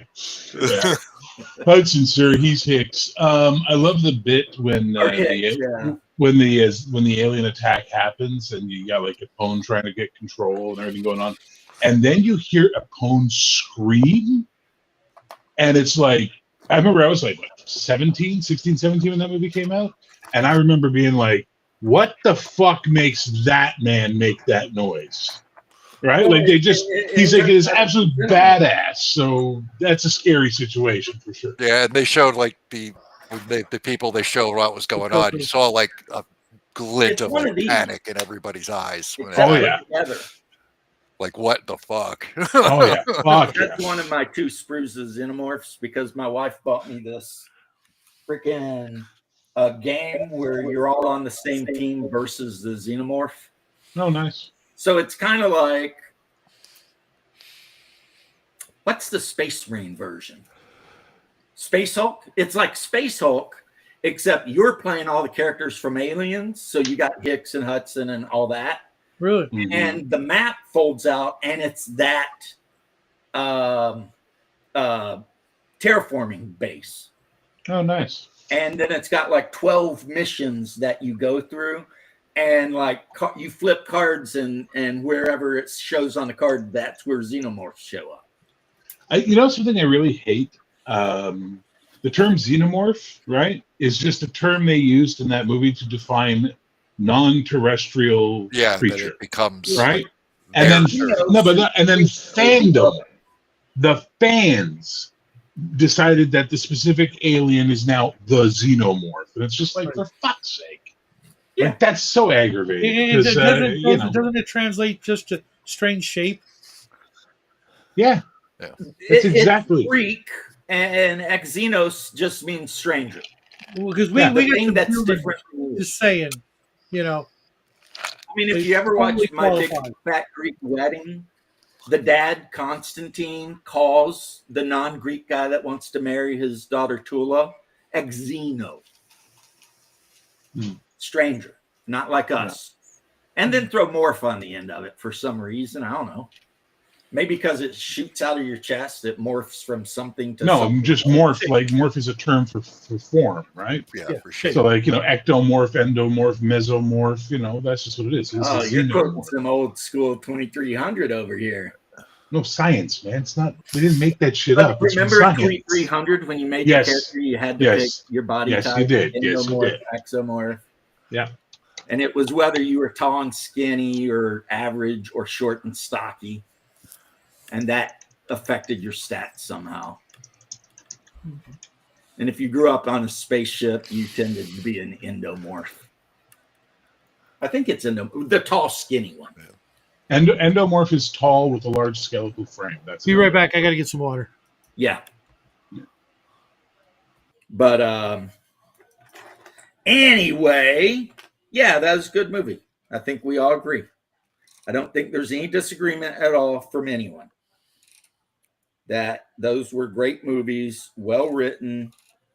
I prefer the second to the first only because I like the badass military bullshit. I That's think fair. it's cool, The first one is scary, obviously, way scarier than the second one.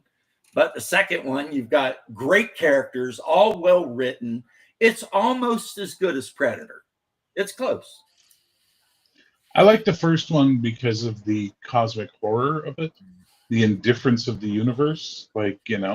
And it's I don't know. I'm annoyed with all the prequels and shit they're doing now because they're undermining, like Nerds Nerd and I were talking about this, right? So in Alien, they find the big ship and what they call the space jockey, right? That's been there so long, it's fossilized.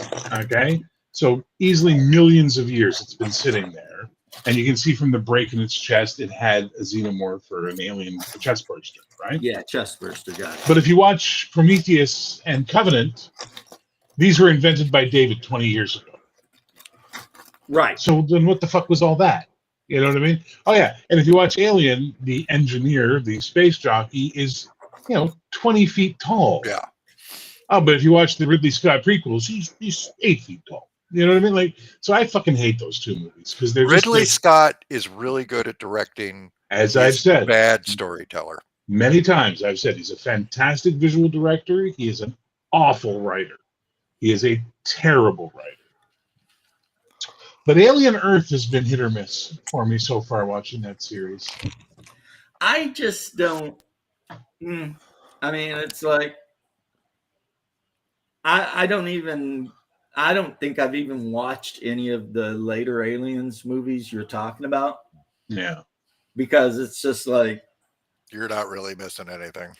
You're not. It's like, I don't know, if there's no colonial marines and stuff, I just don't really care too much about it. That's fair. Now,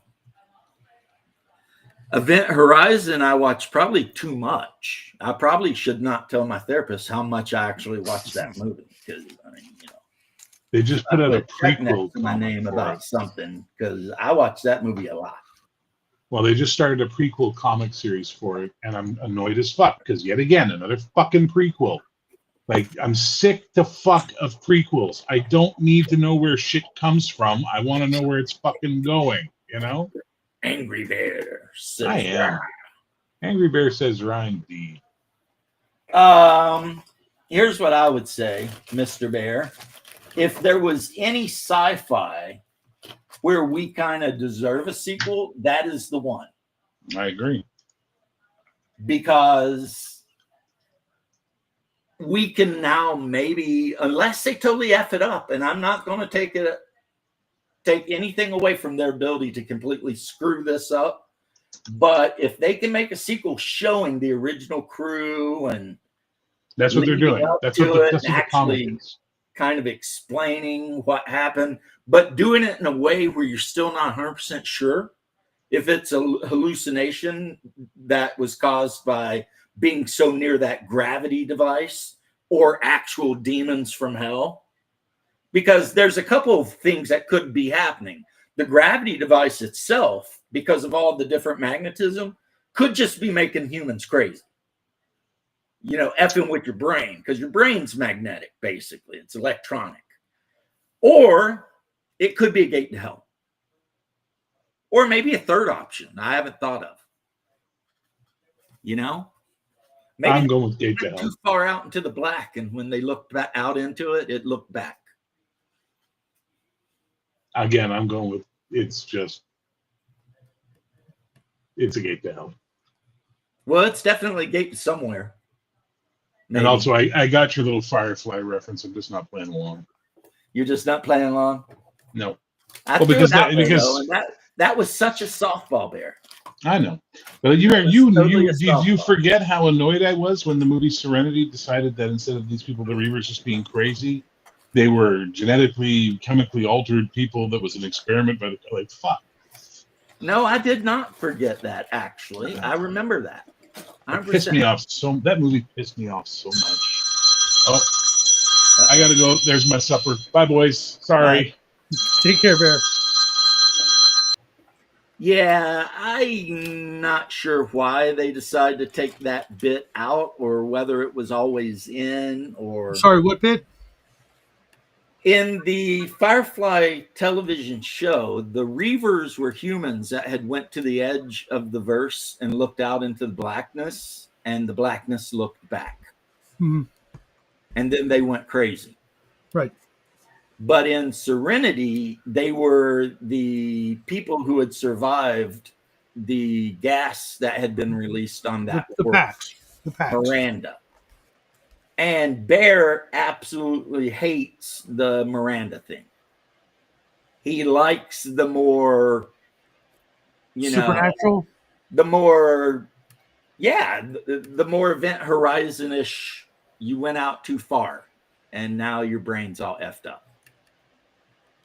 They're going to murder you. They're going to grape you. They'll make skin out of your clothes, and not necessarily in that order. That's what Reavers do. And they can't be completely crazy because, they're piloting starships around. Right. You know what I mean? So it's like, they're communicating with each other. It's all grunts and growls, but, they do have tactics a little bit. And they are keeping ships flying. They know enough to remove the radioactive shielding so the ships can go faster. I can see how Whedon had that conclusion, in his head from the very beginning, but hyped it up with a more supernatural, retelling of, the Reavers' mentality as, a common phenomenon. When you hear a story, it gets bigger and taller on down the road, and that's how people talk about it, not really knowing, especially when the whole world or the whole universe or a huge portion of the frontier is, Old West style, to where, they would take a simpler approach to it, not understanding, especially, if, it was from the packs, the government would, kind of promote, it's something, it's not us, it's something else. Let's make it something completely, unverifiable, supernatural or, metaphysical, instead of it's us, kind of like UFOs, they want us to think. There is a problem though with that, Shadow. Do you remember the episode in Firefly when they found a ship that had been raided by the Reavers? Sure. And they had left one boy alive? Yep. And the one boy seemed normal, but as time went by, he he became a Reaver. Yeah, well, that could just be PTSD, and that's how he dealt with it was, PTSD made him cut his skin all up like Hellraiser and start trying to eat people. Okay. Sure. Well, that's how, I could see how the only way to deal with it is to, embrace it. Right. But which I don't know. I then brings into the question the chemical. The packs. Because he wasn't exposed to the packs. Right. He hid. He saw what they did, but he hid. That's a good point. And so they never saw him. And then he turned into one of them and tried to kill the whole damn crew of the Serenity. Because apparently that was something the Reavers did sometimes. They would attack crews, and sometimes they would leave some of the people alive. And those people would over time become Reavers because of the which madness. Would almost imply on one argument would be that it's a contagion. Yeah, maybe. As opposed to demonic possession, which it's not demonic possession. No one ever said. Well, something supernatural or something. It's more like Nietzsche said that if you look too long into the abyss looks back. And I believe that's a Nietzsche quote. It is. So that's kind of what the Reavers were supposed to be. They were the people who went to the very edge of the verse where there was nothing to see, and they looked too hard into the abyss, and it looked back. Now in Coriolis, they call it the darkness between the stars, and it's the actual devil. But that's a secret the players don't know. But they know, but they don't know. You know what I mean? But yeah, in the Coriolis role-playing game, that's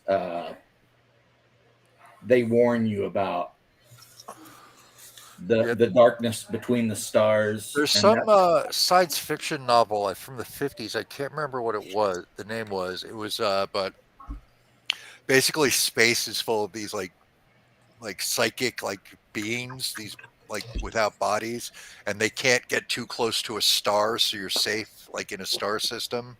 But if you're traveling between them, like all kinds of crazy fucked up shit will happen to you. But they figure out a way to transport between them, but they need cats. They have these like psychic navigators, and they're attuned to a cat because a cat can sense them before they get too close. Can't remember what the hell. And so these guys are like everywhere with their cats, and they're like, it was very interesting. I read it a long time ago. Can't remember what it was called. That sounds cool. Yeah, I would have written it with where it's dogs instead of cats, but that's me. Well, cats would make sense if the guy was going for like an Egyptian thing, Maybe. because the Egyptians were super all about their cats, not necessarily Yeah. dogs. Yeah, and there's all that like folklore about cats seeing spirits and stuff. Well, that's Yeah, but they that's say well, that in Kentucky. yeah, they're just seeing their boss. They say that if you look between a cat's ears, you can see ghosts, if there are any to be seen. Like if you get down behind a cat and look between its ears, I'll go ghost hunting with my cat. they say. Yeah. And they say a lot of things. Whoever they are, they just constantly saying shit. Right? But yeah, I've heard that about cats. I've also heard that dogs can see things we can't. hmm And dogs are innately protective of us, whereas Yeah. cats are trying to kill us. Well, I mean, If you got stairs and a cat, it's just a matter of time. except the dogs failed and all the humans vanished and the dogs don't know why. And so now they spend all their time trying to collect relics of us and store them in safety, hoping that one day, if they are as good as they can be, we'll come back. Still waiting to play that game. That's the background for Pugmire. The cats, on the other hand, they feel like something bad happened and the humans left, but they don't think the humans were the gods. They think they were the gods. And the humans were their servants, and they did Typical something to cat piss their propaganda. servants off. So their servants left. And they're all like, well, maybe if we do enough good stuff, our servants will come back. And then there was a big war between the dogs, the kingdom of Pugmire, and the monarchies of Mao. But right in the current era, they're in a peace because, they had lost so many people or beings or whatever. In the war, they decided, we need to stop before, somebody wipes somebody out, right? That's an interesting game. I mean, Yeah. and you don't have to play a dog or a cat. They've got like Rats. freaking, you can play a ferret, you can play lizards, birds. There's like multiple tribes, as I guess you would say, of these different creatures that somehow manage to survive the death of humanity. And be uplifted. Yep. Hey, I mean, that's the real story. Humanity was dying out, so they uplifted all their favorite pets could be. and left them behind because they all died out. And something really bad happened because near the city of Pugmire, if you follow the river to the south, you get to the ocean, and the ocean is made out of acid, hydrochloric acid. So the only way to sell on the ocean is you've got to find plastic holes or make plastic holes, because the acid won't eat through plastic, but it'll eat wood quick as shit. So nothing swims in the ocean. Everything in the ocean is dead. But there are pirates that have made ships out of plastic hulled things. I mean, plastic is what they use for money too in Pugmire. Have you guys heard of the game Barrows in Borderlands? No. Yeah, I think that came out even before Pugmire. Yeah, I'm having Matthew on the show along with George and Dave, and I never heard of it, but I was reading the the website and whatnot. It sounds like my next Gamma World game that I would want to run instead of Gamma World, because Gamma World, as much as I love 2E, which I think was the apogee of the Gamma World franchise, they just I agree. Skills tossed right out the freaking window. Yeah. We don't need skills. You got mutations, or you just roll under your stat kind of thing. And I think Well, the fact is, your character never improves. right, Ever. but you In should Gamma still World. have a list of things you're good at and things you're terrible at. It's like you can find equipment and maybe even figure out how it works, but you never get I better thought at there it. was an experience point table. No, not in Gamma World. Nope, Really? not in Gamma World. Not, at least not the early version. Now, when I was thinking about running Gamma World, I invented one. Right, because am I wrong? Does it seem like you should have some sort of skill system, especially for the pure stream humans at the very least? Well, I mean, maybe they should get like a bonus extra skill point or something. Well, because they did get a bonus on the rolls for figuring out, archaeotech or whatever they called Yeah, it. and robots didn't always attack them. right. But to me, But a mutant can get a mutation that gives them basically the same exact ability as a pure strain Right. human. So, but I was looking for something, to scratch that itch, so to speak, because people keep asking me to run Gamma World, and I'm like, yeah, but I've, it just, back then it was fine, I was, 14, 15, whatever, playing it. It was fun as Right. shit. Now I'm like, I need a little more, but I didn't like any of the other editions that came out afterwards, even though I've got them all. I just didn't like them. And I want something else. And I was reading it, and it's got a very sort of Jack Vance feel to it, Dying Earth. And well, that should make you happy. exceedingly. As a matter of fact, Squirrel Hermit's sending me the Jack Vance Dying Earth game. I forget who put it out. Troll Lords, maybe. I'll find out. I'll show it off when it gets to my house. Nice. He's also sending me a bunch of other stuff, which he just decided to go through his collection and just start giving shit away. And I'm like, "You sure you're okay? You're not dying on us, are you? Because that's I saw Squirrel Hermit the other day. He was on a bear Yeah. show. no. He's just being, just cleaning house and being exceedingly generous. So we all got to do something for him one of these days, real soon, because he's like, he's one of the nice, cool, I'll make one of the coolest, I'll make you an NPC in my Marvel game named Squirrel Hermit. right? He's one of the nicest guys And they I've give ever him met. all the same powers as Squirrel Girl, Right? except he's a boy named Squirrel Hermit. Because when I first That'd met him, kinda I be knew fun. instantly this guy's one of us, and then He's a good. he guy. just disappears, because he's basically keeping the country running, damn near single handedly. Yeah. So we got to find something real special to do for the guy. Well, I mean, my group picked that because I told them the games I would run a list, and the only vote I got back for post-apocalyptic was Ashes Without Number, Really? which is an OSR, just like everything Kevin Crawford does, except What's up, Big Vic?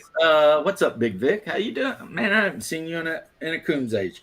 In Ashes Without Number, like everything Kevin Crawford does, Mhm. he gives you like 100 reasons why.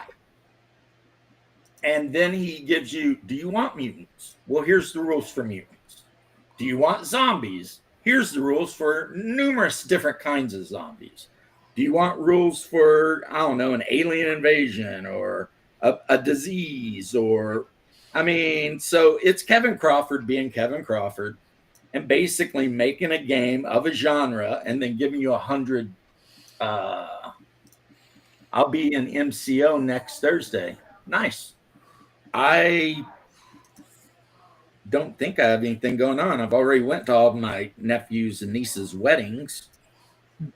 So Yeah, I haven't picked up any of the guys' games.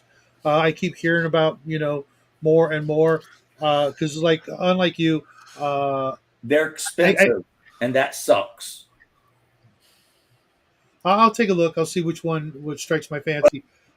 I've got so many. And here's the other thing. But he gives away a free 100% playable version. It just doesn't have art. Was this the Stars Without Number or the Without Numbers Stars games? Without Number, Worlds Without Number, Cities Without Number, and now Ashes Without Number. Yeah, I have the PDF of Stars Without Number. I haven't really looked at it much. Yeah, you can go drive through RPG and get the PDFs of most, if not all, of his games for free. And I don't mean a starter edition. I mean the thing, but it's art free. It has no art or anything. Well, that's something he can justify doing, and a lot of companies should, especially like miniature companies. And really, the game's not even that really expensive when you think about it, because like my hardbound Stars Without Number, that's like a 600-page book, and it costs like $50 or something. The same as the Savage Sword I just started playing. It's not like it's like so like. I want $100 for this PDF or some shit. Kevin Crawford means one thing: great, always great. Everything he does is always good. And I mean, you guys know I love my baptism fire and I love all my stuff.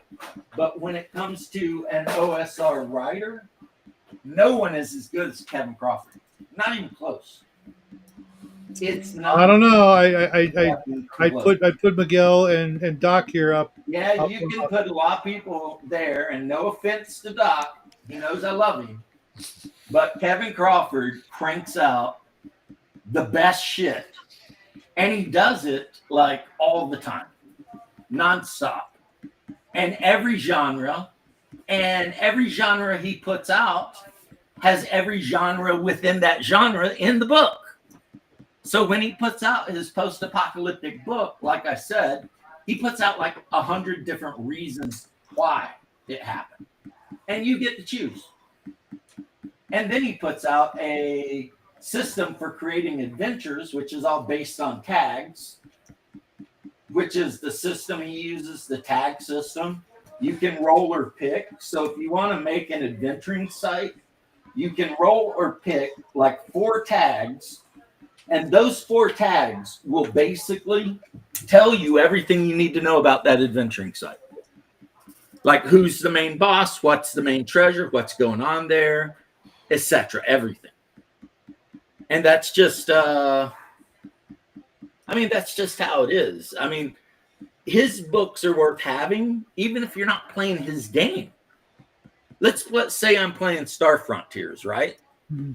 I might integrate some shit from Stars Without Number into Star Frontiers because you can. Because half of the book is charts, and those charts could be used for anything. That's really his big strength right there. Now, I don't necessarily care for Worlds Without Number very much, and Cities Without Number is basically Cyberpunk, except it uses his version of OSR. It's not one of my favorite genres. And his version of OSR is a weird blend of BX, D&D, and classic Traveler. Believe it or not. So it's like in most of his games, there's only 2, 3, maybe 4 classes you could be. But you roll your background, and your background tells you how many skills you get for your background. And then you pick the class, which gives you more skills. And then, unlike normal games, but like Traveler, When you want to roll a skill, you roll 2 dice 6, and the base success is 8. But you get to add your skill level to the roll. So he took the skill system from Traveler, pretty much everything else from BX, blended it together, threw away everything he didn't want. There you go. And then what makes you different than other people if you're a fighter is you can pick talents. So let's say you decide to play a warrior in Stars Without Number. You could pick a talent that makes it where you do extra damage with melee weapons or with a certain ranged weapon. And because you picked a warrior, one time per game, I think it is, you can just declare you automatically hit because you're a warrior, right? Oh. And if you're then of course you can have like things that heal. And if you want to use the alternate thing, you can be a psyker in Stars Without Number and have all the sonic abilities, right? But it's a really simplified OSR sci-fi. And what really sets it apart is all of the information on setting and enemies and things like that. That's what really sets it apart.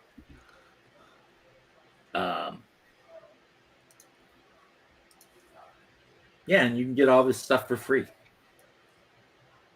Maybe I'll look at one of the PDFs. I'll see what he's got to offer and see. Well, if there's World Without Number is weird because it's his fantasy game, but it takes place basically on Earth a million years in the future. Okay. So it's Dying not like you're Earth-ish? fighting necessarily just orcs. You're kind of fighting aliens and shit. But I mean, your character don't know they're aliens. All your character knows is they're like some hive mind of assholes that are doing shit on the planet, right? And you're a human living in a city with a sword because it is heroic fantasy, but it's like dying Earth heroic fantasy. Okay. Like everything's all jacked up. It's a million years in the future. Things suck and reality has torn. So now things can exist next to each other that shouldn't. And what, like on the big Earth map, there's one section where there's a valley that's completely like glacial, but it's surrounded by hot swamps or deserts on either side. Why? Your players will never know. The DM can if you read the book, though. And it has to do with dimensional this and that and freaking magic and like, you know, it's a million years in the future and everything's sucking balls and, you know, whatever, right? And theoretically, you could use Worlds Without Number with Stars Without Number. You could say a starship landed on that world and picked up a character from that world and went adventuring into the rest of space with a character from that world. You know what I mean? So, yeah, it's pretty crazy, man. It's pretty nuts. So Ashes Without Number is on the list. For sci-fi, they chose Star Frontiers over everything. So, cool. I like Star Frontiers. It's you know, it's not bad. Not my favorite, yeah, but and Star Frontiers isn't bad at all. I mean, you know, they roll their attributes, they get their money, they buy a couple of cheap things, they get a couple of skills, and then as they gain XP, they can buy more skills or just keep advancing in one skill, you know. Like my brother's playing a Drow site that's his primary skill is military. PSA, primary skill area, or MOS really, is military, and he took Gyrojet weapons as his first choice.